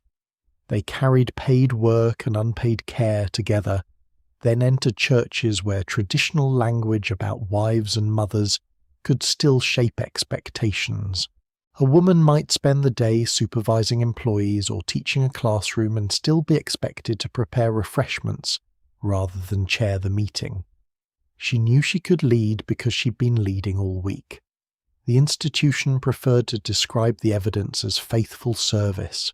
The networks built through churches became crucial during the growing civil rights struggle. In Montgomery, Alabama, women in the Women's Political Council had been challenging mistreatment on city buses before the famous boycott began in late 1955. Joanne Robinson, an educator and one of the organization's central figures, helped mobilize support when Rosa Parks was arrested. The movement that followed depended on churches, ministers, local organizations, drivers, cooks, typists, donors, and thousands of ordinary people willing to alter their daily routines. Women distributed information, coordinated transportation, raised money, and kept households functioning while the protest continued. Churches offered meeting spaces and moral language, but the organizational groundwork did not appear suddenly from the pulpit. It had been developed through years of women arranging committees, keeping lists, collecting funds, solving transportation problems, and maintaining trust. The same skills used to organize a missionary supper could help sustain a mass boycott. The scale had changed.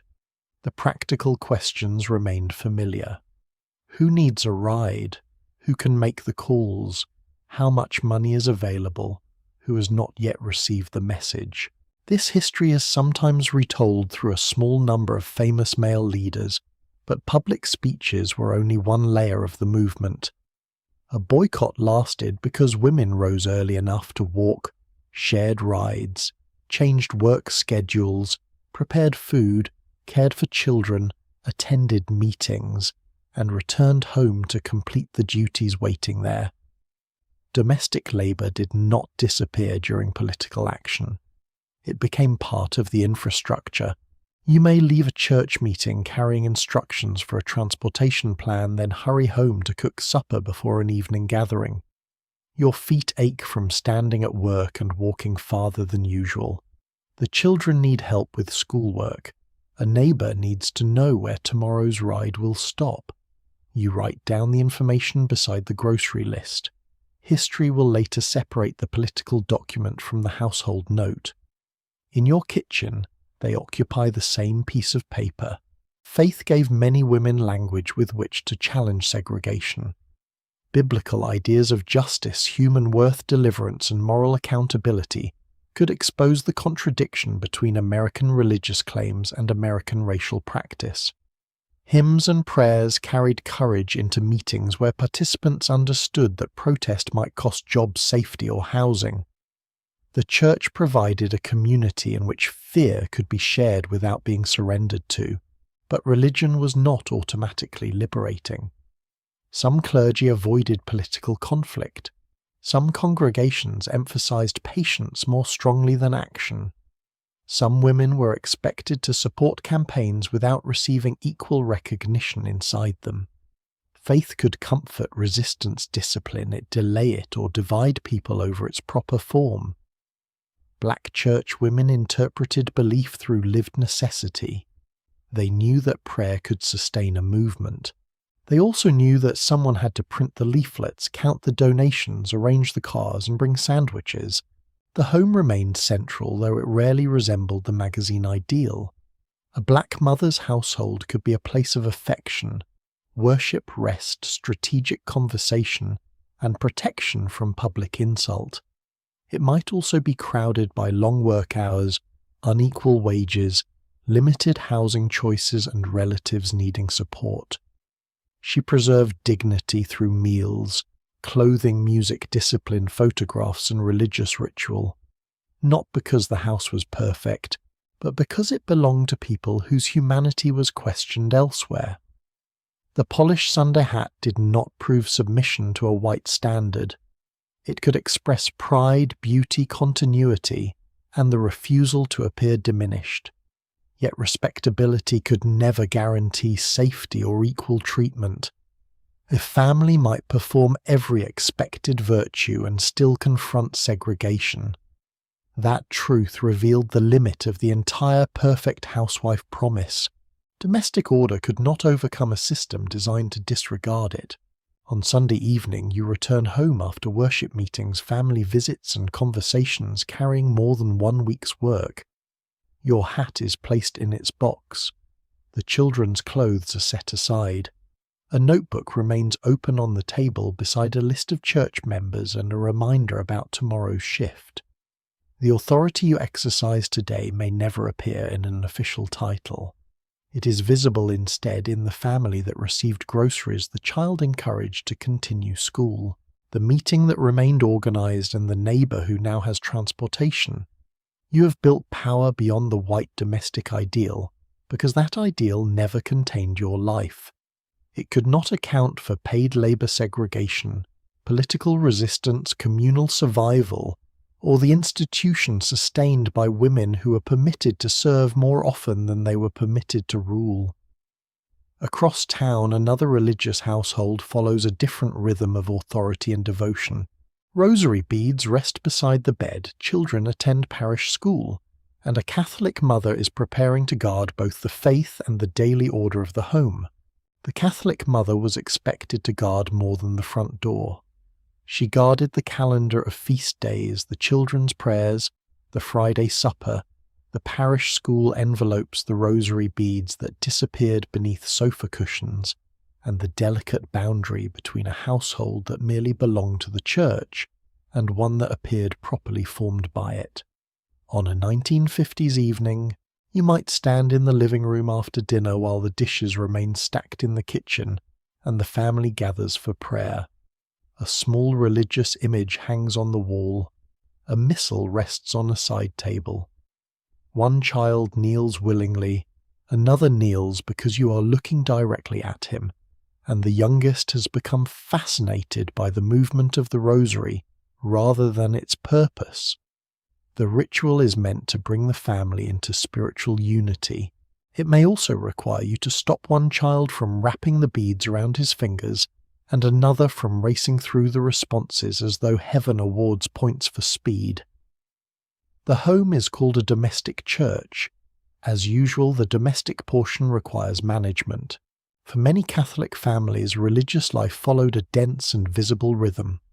Sunday Mass stood at the centre, but the week could also include confession, parish school catechism, instruction, novenas, holy days, devotional practices, meatless Fridays, and meetings organized around the parish. Practice varied greatly according to ethnicity, region, income, generation, and personal devotion. Some households prayed the rosary regularly. Others did so occasionally, especially during illness, family trouble, or particular religious seasons. Some mothers followed every parish custom carefully. Others maintained only the practices they considered most important, while allowing the rest to drift politely toward next week. You keep track of Mass times, school requirements, fasting rules, and which child is preparing for a sacrament. Your husband may lead prayer or share responsibility, but the daily memory of observance often belongs to you. The priest announces a schedule once from the pulpit. You translate it into clean clothing, transportation, meals reminders, and children delivered to the correct door. Doctrine may be universal. Its practical timetable lives on the kitchen calendar. The rosary offered comfort precisely because it was repetitive. Familiar prayers could steady a household during uncertainty, grief or illness, or financial trouble. Beads moved slowly between fingers while the voice settled into a rhythm older than the immediate problem. Campaigns encouraging family prayer gained public attention during the mid-century years, and Catholic families were frequently reminded that prayer together could strengthen the home. Many mothers welcomed this message. The ritual created a pause after a day of noise and work. It gave fear a structure and gratitude a language. Yet the mother responsible for gathering everyone could experience the spiritual exercise as another test of household cooperation. You call the children twice. Your husband is finishing the newspaper. A pot still needs soaking. Someone asks how many decades remain with the concern of a traveller, learning that the road is longer than expected. You begin again after an interruption and try not to sound irritated during prayers asking for patience. The irony is noticed, though not necessarily discussed. Catholic motherhood was often presented as a vocation with eternal significance. A mother did not merely feed and educate children. She was expected to form consciences, preserve faith, encourage obedience and guide sons and daughters towards sacramental life. Preparing a child for First Communion, for example, could involve lessons, memorization, clothing rehearsals, photographs, family arrangements, and the careful management of a child who understood that something important was happening but remained equally interested in the special breakfast afterward. A daughter's white dress or a son's formal suit became part of a public religious milestone. The mother ensured that the clothing fitted, the prayers were learned, relatives were invited, and nobody consumed anything at the wrong time, according to the fasting discipline then observed. The ceremony might produce genuine pride and tenderness. It also produced lists. Sacred moments rarely assembled themselves despite the visual evidence supplied by parish photographs. Parish schools deepened the connection between faith and household organization. Where Catholic families chose or managed to send children to parochial schools, mothers communicated with sisters, teachers, priests, and other parents, while keeping track of uniforms, homework, tuition, or fees, fundraising, and religious instruction. The school could offer discipline, community, and education shaped by shared belief. It could also bring another set of judgments into the home. A child's conduct reflected on the family. A missing assignment or repeated lateness suggested that someone had failed to supervise properly. Mothers helped with lessons, prepared lunches, repaired uniforms, and supported collections for books, buildings, missions, or classroom needs. When the school requested volunteers, the request often reached women already serving the parish in several other forms. The Catholic mother was asked to protect the home from moral disorder and assist the institution educating her children. Apparently, spiritual guardianship came with considerable paperwork. Parish societies gave women a wider field of action. Altar and rosary groups, sodalities, charitable committees, school associations, and other local organizations allowed women to raise funds, assist families, support devotional life, prepare church linens, organize events, visit the sick, and maintain the many small systems a parish required. Names and structures differed from place to place, but the pattern was familiar. Women performed work that was religious, social, and administrative at the same time. You sit at a meeting beneath fluorescent lights while members discuss flowers for the altar, assistance for a family after illness, and the parish bazaar budget. The conversation moves quickly from devotion to arithmetic.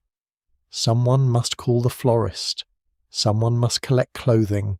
Someone must persuade a local merchant to donate a prize.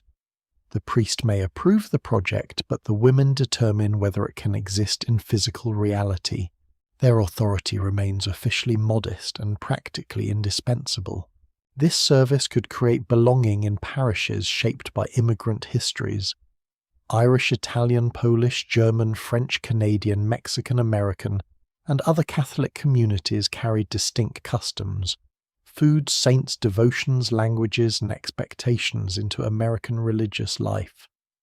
These traditions did not remain fixed, and families differed even within the same ethnic parish. Still, mothers frequently became guardians of continuity.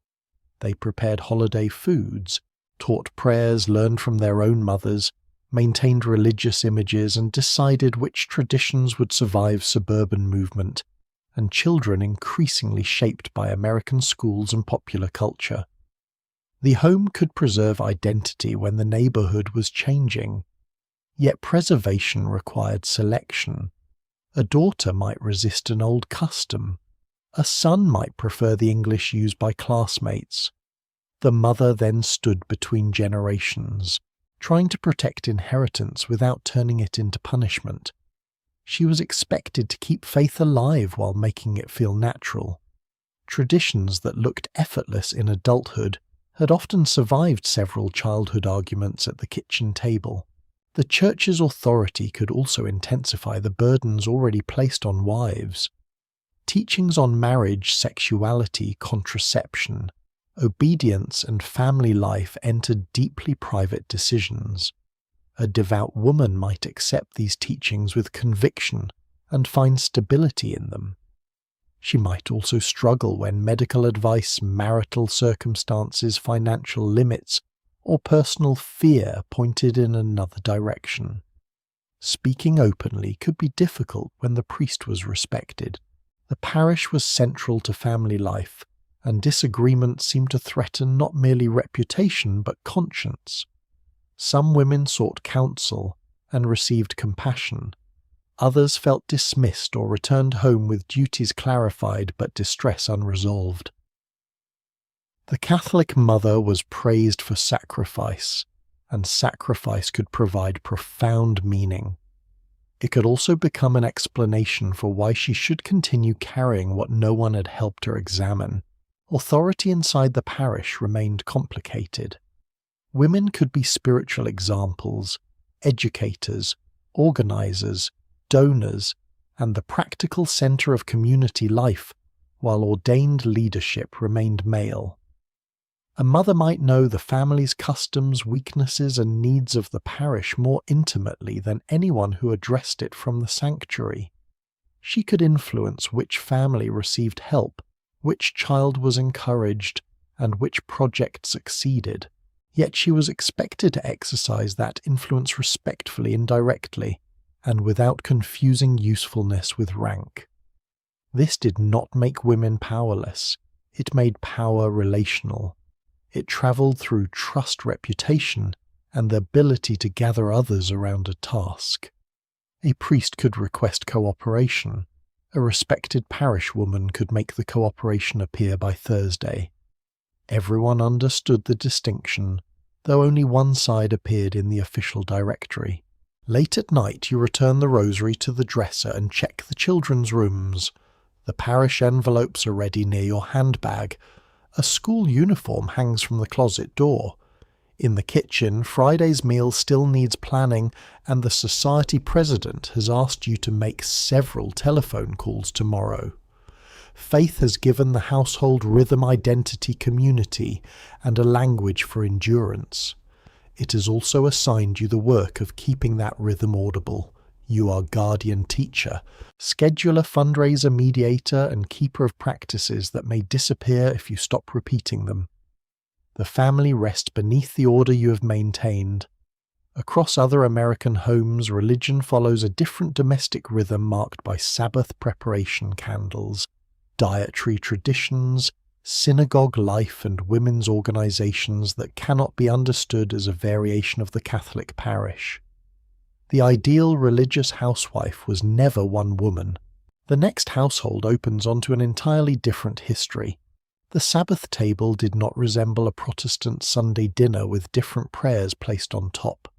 It belonged to another rhythm beginning before sunset on Friday, and carrying centuries of memory into an American kitchen filled with chrome appliances, supermarket packages, and children who wanted to know why their classmates were decorating Christmas trees.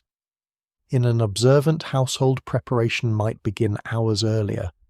Food had to be cooked, the table set, the house brought into order, and the practical work of the week completed before the Sabbath arrived.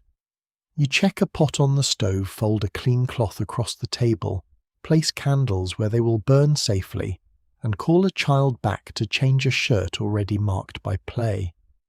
The details differ sharply among Orthodox conservative reform and less observant families. Some homes keep a strictly kosher kitchen. Others preserve selected food traditions or light candles without following every restriction. Some women inherited customs from mothers and grandmothers. Others were rebuilding Jewish practice after immigration war loss or years of assimilation. The home does not merely display religion. It negotiates how much of the past will enter the future.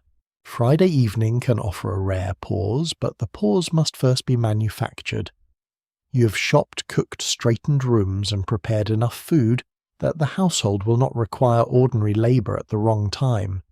The candles are lit, and their small flames alter the room more effectively than any magazine advertisement promising instant atmosphere. Blessings may be recited over candles, wine, and bread according to the family's practice. The children are called to the table.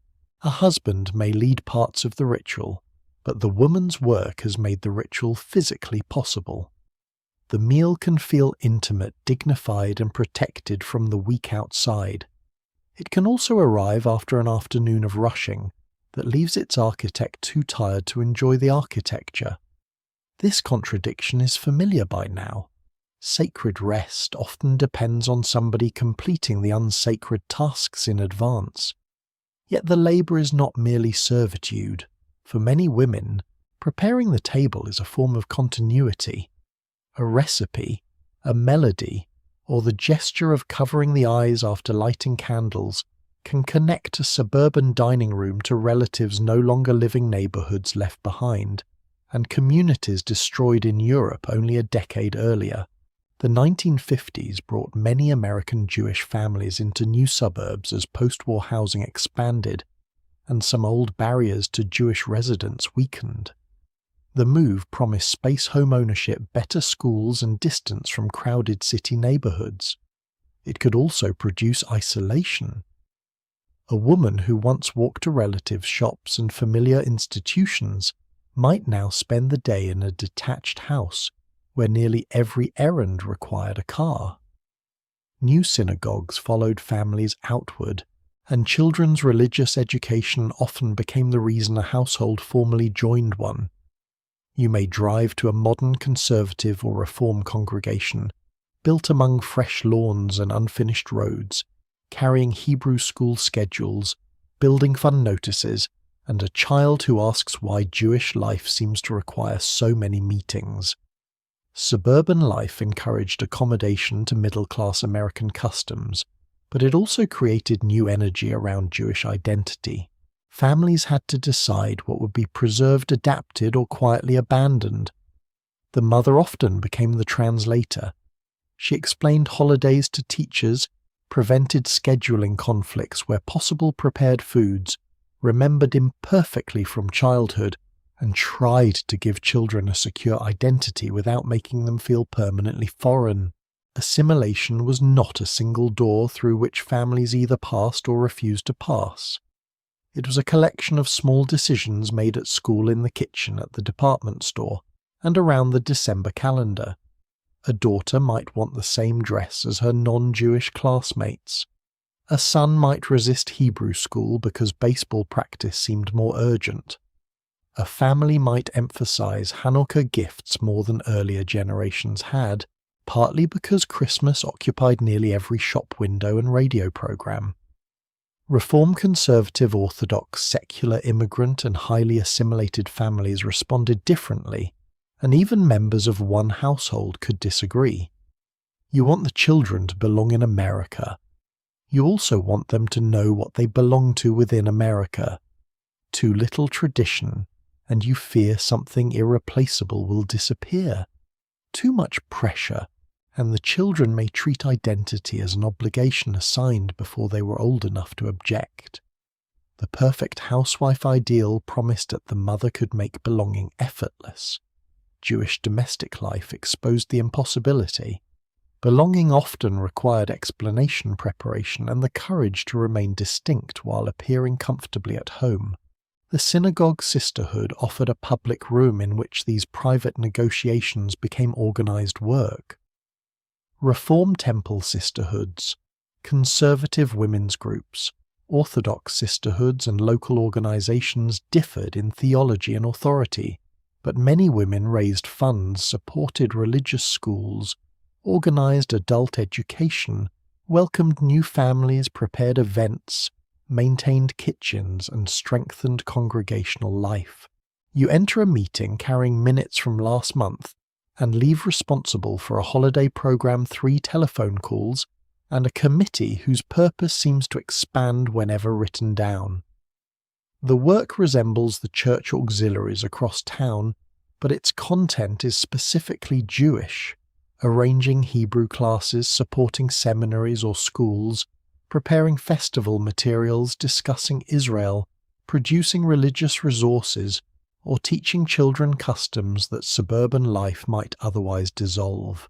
Sisterhoods could offer leadership training and serious education, while still confining women to roles described as supportive. In some congregations, women exercise substantial practical influence without equal ritual authority. They could finance the sanctuary, educate its children, and organize its calendar while remaining separated from certain honors. The institution depended on them. Dependence is not always the same as equality. Beyond the synagogue, organizations such as Hadassah and the National Council of Jewish Women gave women access to broader civic, educational, philanthropic, and political activity.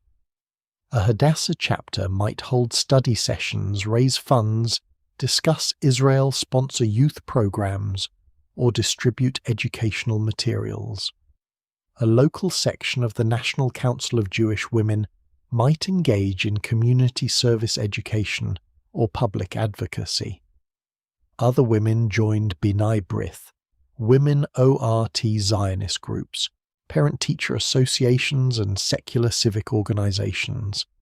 These memberships took household skills, budgeting, telephoning, scheduling, feeding, persuading, and redirected them toward public work. You may begin by agreeing to serve coffee and end by managing a campaign, speaking before a room, or studying an issue never discussed at your dinner table. The acceptable language remains maternal and charitable. You're helping children, strengthening families, supporting education, or serving the community. These goals are genuine. They also provide a respectable route out of domestic isolation. A woman can enter politics without calling herself political, acquire authority without announcing ambition, and return home in time to prepare supper. American womanhood has generously allowed her a wider world provided she brings refreshments. Not every Jewish woman experienced this world from a comfortable suburb. Working-class families remained in city neighborhoods. Recent immigrants and Holocaust survivors rebuilt lives while carrying languages, grief, and customs that American-born neighbors did not always understand. Some women worked full-time in schools, offices, shops, factories, laboratories, or family businesses, and still performed the labor of Sabbath and holiday preparation.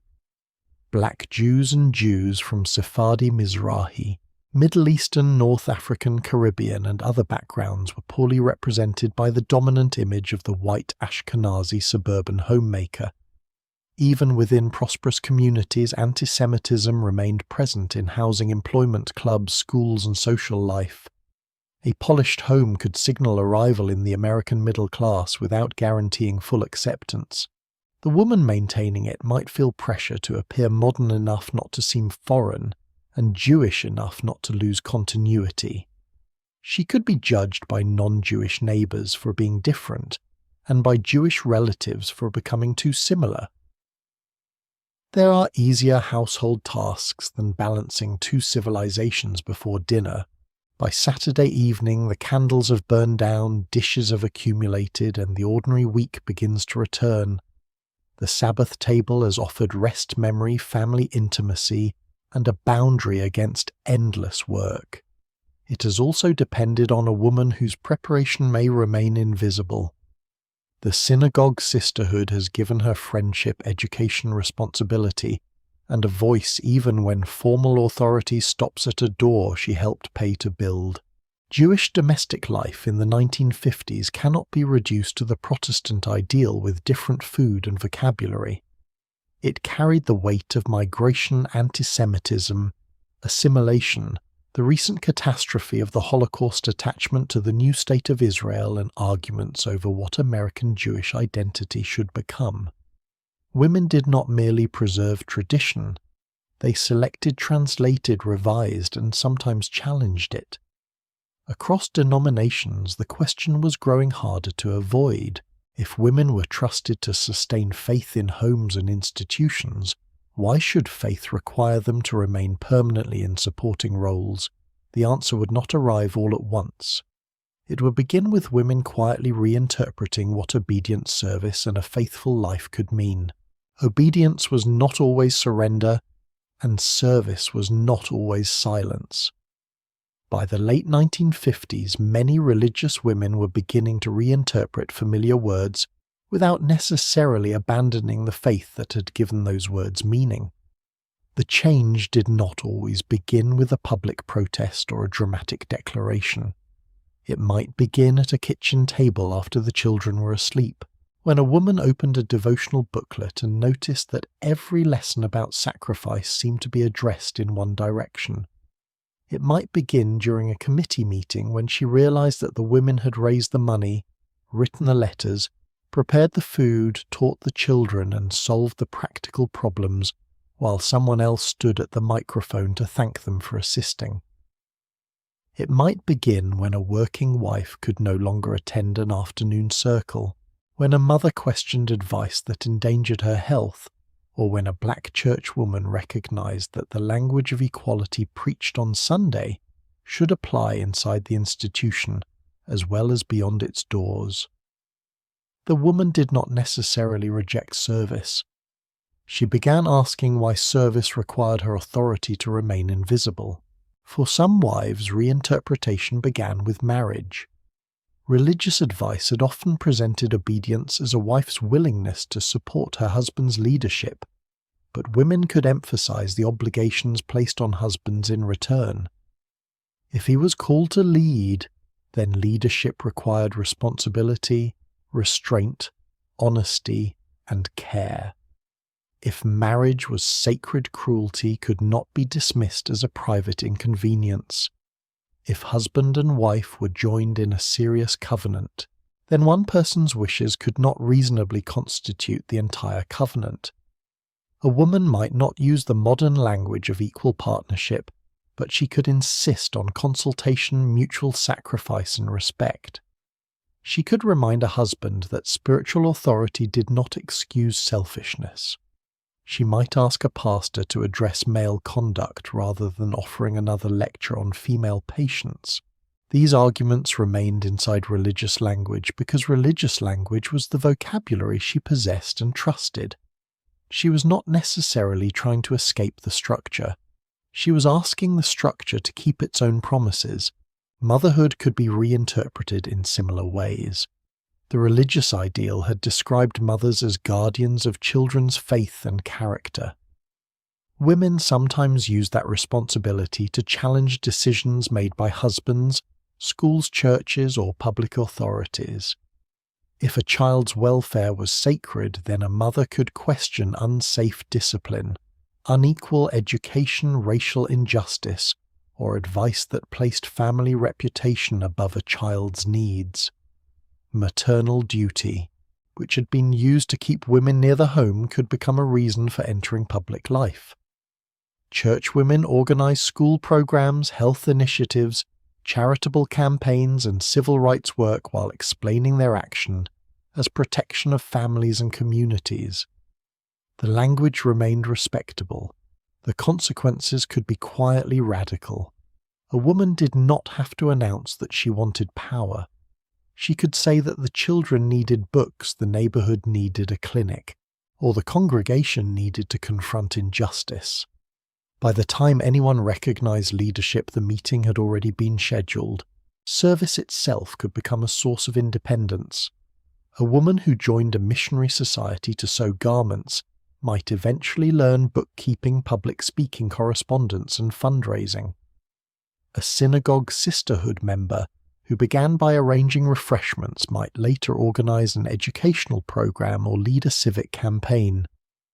A Catholic parish volunteer could become the person families trusted during illness, financial crisis, or conflict.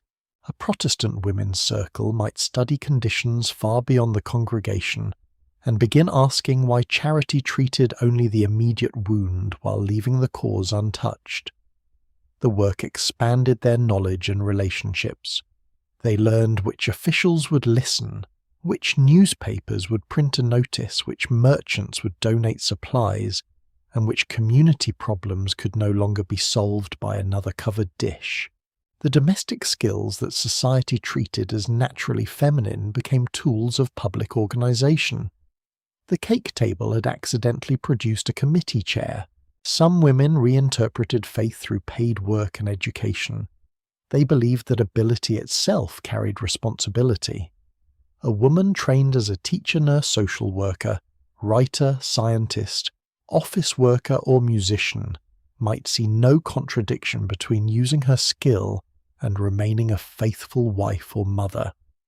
Her employment could support the family, serve the public, and provide a sense of vocation that domestic life alone did not satisfy. She might describe the job as temporary or supplementary to avoid conflict, but privately she knew it had become part of her identity. Religious institutions sometimes welcomed women's professional work when it appeared caring, educational, or charitable, while remaining less comfortable with ambition, authority, or careers that competed openly with male status. Women navigated the distinction carefully. They emphasized usefulness rather than advancement. They accepted responsibility before demanding recognition. They performed excellence in a tone designed not to alarm anyone. This strategy did not overturn the hierarchy, but it widened the space available inside it. The most serious reinterpretations appeared when women placed conscience above reputation. A wife leaving a dangerous marriage might decide that protecting life was more faithful than preserving an appearance. A mother questioning repeated pregnancy might judge that caring responsibly for existing children mattered more than performing effortless fertility. A black church woman confronting segregation might reject appeals for patience because justice delayed had already shaped generations of family life. A Jewish mother resisting complete assimilation might decide that preserving religious identity required visible difference even when neighbors found that difference inconvenient. A Catholic woman might seek deeper religious education rather than accepting that serious theology belonged only to clergy. A Protestant woman might read scripture and conclude that female wisdom, courage, and leadership were not exceptions requiring apology. These decisions could be lonely. Institutions often changed more slowly than the women sustaining them. Reinterpretation therefore happened first in private conversations, women's groups, letters, kitchens, classrooms, and prayers that sounded less certain than official statements. Not every woman wanted change, and not every traditional arrangement felt oppressive to the people living inside it. Some wives valued clearly divided roles. Some found fulfillment in full-time homemaking, and believed religious teaching honored work that secular society misunderstood. Some women distrusted new expectations that seemed to demand employment, independence, beauty, motherhood, and public achievement all at once. Liberation could become another impossible standard if it treated domestic choice as failure. The emerging question was not whether every woman should leave the home, reject tradition, or seek formal leadership. It was whether faithfulness could include more than one pattern of female life. Could the devoted mother also be a professional? Could the unmarried woman possess a complete vocation? Could a wife disagree without being disloyal? Could service be chosen rather than assumed? Could a woman rest without proving that every other person's need had already been met? These questions did not destroy religious life. They exposed how narrowly it had sometimes been interpreted. The change was uneven because religious communities were held together by relationships as much as doctrine. A woman challenging a rule might be questioning the advice of her mother, the practice of her grandmother, the authority of a beloved pastor, or the traditions that had carried her family through hardship. She could want freedom without wanting separation from the people who gave her belonging. This made resistance quieter and more complicated than later retellings often suggest. She might change one practice while defending another. She might encourage her daughter to attend college while still expecting her to marry. She might question male authority at home but remain devoted to a congregation governed by men. She might support civil rights while accepting traditional domestic roles. Human beings rarely move from one complete system of belief into another before supper. They revise themselves by degrees. By the end of the decade, the perfect religious housewife still appeared in sermons, magazines, family advice, and public imagination. She remained cheerful, modest, fertile, thrifty, hospitable, and endlessly available. But real women had begun to reveal the limits of the portrait simply by continuing to live lives it could not contain.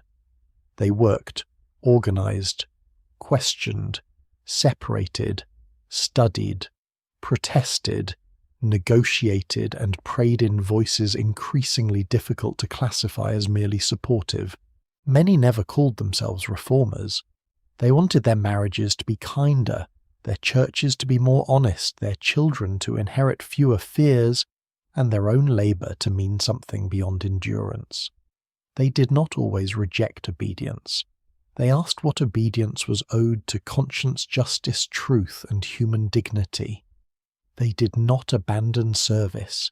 They began to distinguish service freely offered from service silently extracted.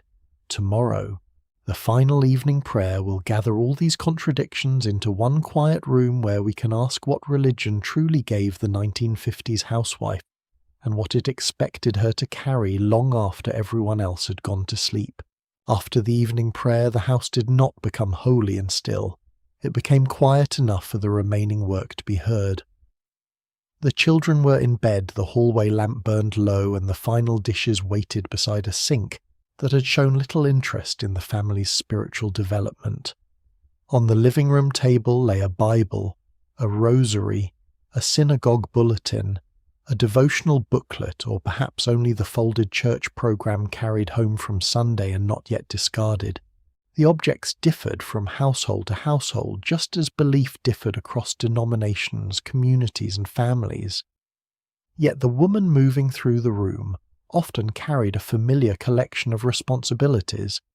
She had prepared bodies for worship meals, for fellowship, clothing for public inspection, children for moral instruction, and a marriage for the appearance of harmony. She had raised money, remembered prayers, answered questions, welcomed guests, and tried to interpret religious ideals inside a life that rarely resembled an illustration. Faith had given her words for love, sacrifice, duty, hope, and endurance. It had also made these words heavy enough to follow her from the sanctuary into every room of the house. Religion gave many 1950s women something modern descriptions can easily overlook: a world larger than domestic repetition. A woman washing breakfast dishes might understand her care as service rather than merely drudgery. A mother frightened by illness could pray within a tradition shared by generations. A widow could remain surrounded by people who knew her name after the structure of married life had disappeared. Hymns, holidays, sacraments, Sabbath observant scripture, and familiar rituals placed individual hardship inside a longer story. The congregation could respond when a baby arrived, a paycheck stopped, a husband died, or a family needed food. Women brought meals, collected clothing, watched children, arranged rides, and sat beside beds where no clever advice was required. These acts were not imaginary consolation. They kept people alive, accompanied them through grief, and prevented private suffering from becoming complete isolation, the church basement parish hall, synagogue sisterhood missionary circle, and neighborhood prayer group could all become rooms in which a woman was more than a consumer standing beside a new appliance. She was a member, teacher, organizer, donor, singer, friend, and keeper of memory. Faith could also give dignity to labor that the wider economy refused to count. The mother who rose before dawn might be told that feeding a family mattered. The wife caring for an elderly relative could believe that patience had moral worth even when nobody paid her or praised her.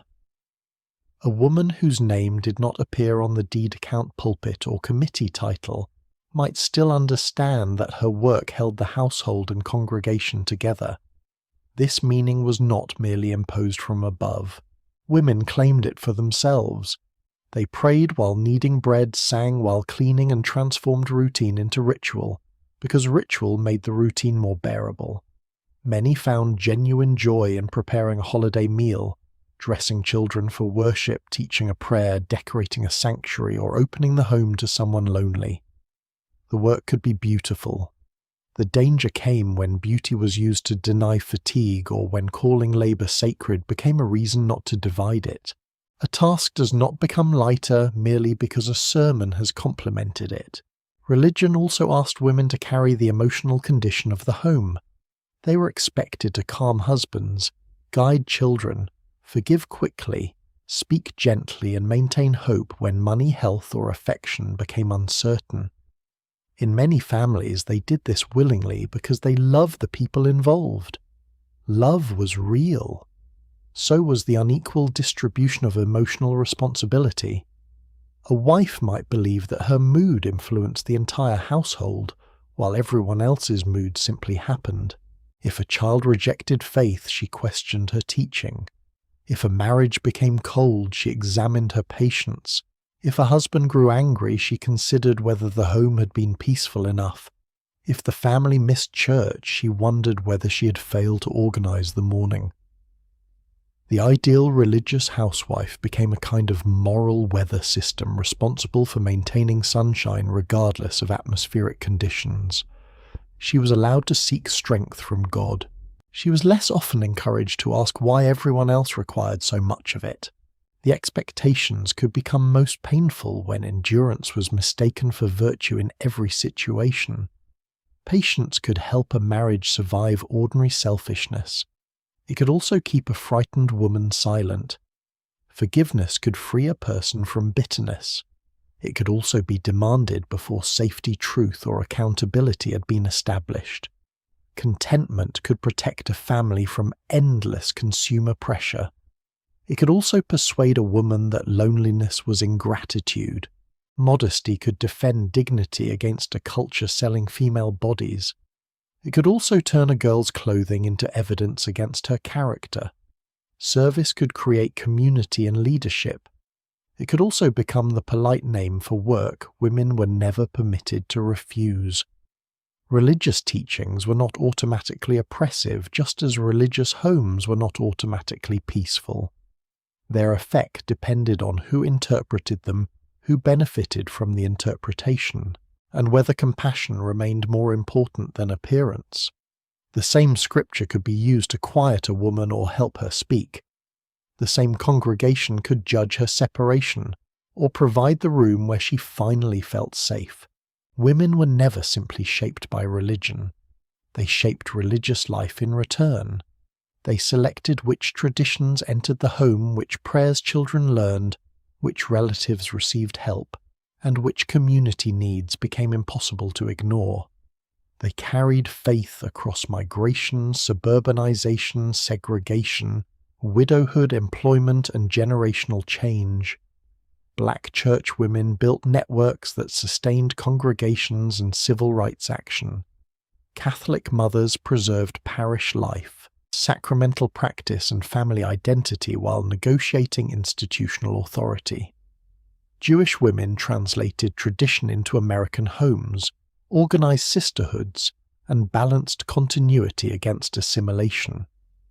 Protestant women raised funds, taught classes, supported missions, and slowly expanded the meaning of female vocation. Some women accepted traditional roles with conviction. Others revised them from inside. They did not always publish arguments or stand before microphones. They changed the practice by altering one household decision, one committee rule, one daughter's education, or one conversation in which obedience no longer meant disappearing. By the end of the 1950s, the perfect religious housewife remained a powerful image. She was married, maternal, modest, hospitable, spiritually certain and available whenever anyone required help. She attended worship with a composed family, served dinner without strain, supported her husband without visible disagreement, raised faithful children, and somehow maintained enough energy for charity work after the dishes were dry. Real women had never matched this portrait, because real life contained doubt, irritation, desire, illness, paid work, marital conflict, financial fear, and children who occasionally asked difficult questions while wearing only one shoe. Yet the ideal survived because it contained recognizable virtues: loyalty, generosity, discipline, care, courage, and the desire to build a meaningful home. The problem was not that these qualities lacked value. The problem was that women were expected to embody all of them continuously, without demanding equivalent care in return. Still, the story should not end by treating faith as nothing more than another appliance designed to keep the household running. For countless women, religion was not merely a rule imposed by institutions or relatives. It was the private place where they told the truth. A woman who smiled through the church supper might pray honestly after midnight. A mother uncertain of every answer could admit uncertainty in silence.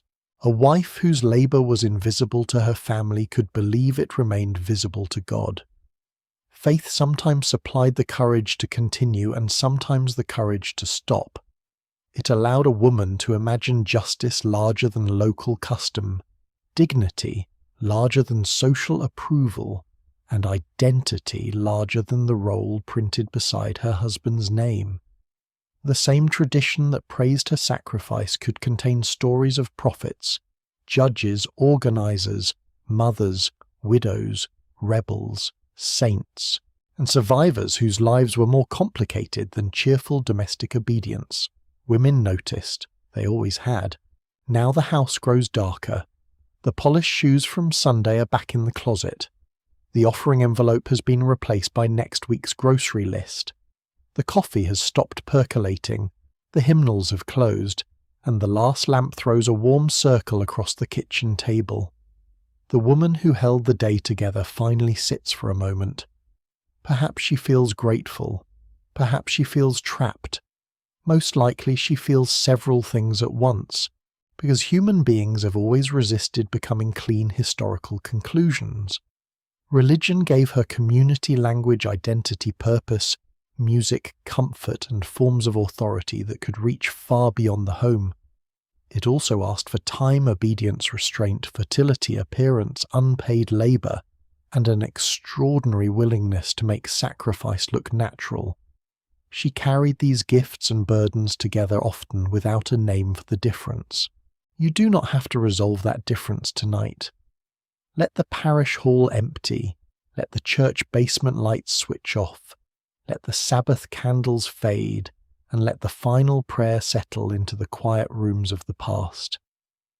The women who lived there were not perfect symbols of faith or helpless victims of it. They were believers, doubters, workers, organizers, mothers, wives, daughters, friends and individuals trying to make moral lives inside systems that offered both shelter and walls. Their homes were warmer because of what they gave. Their institutions were stronger because of what they built, and the limits they questioned would not remain untouched forever. So let the old house rest now. The children are asleep. The table has been cleared. No guest is expected, no committee is meeting, and nobody needs to locate a clean pair of gloves before morning. The soul of the household may continue perfectly well without supervision for the next several hours.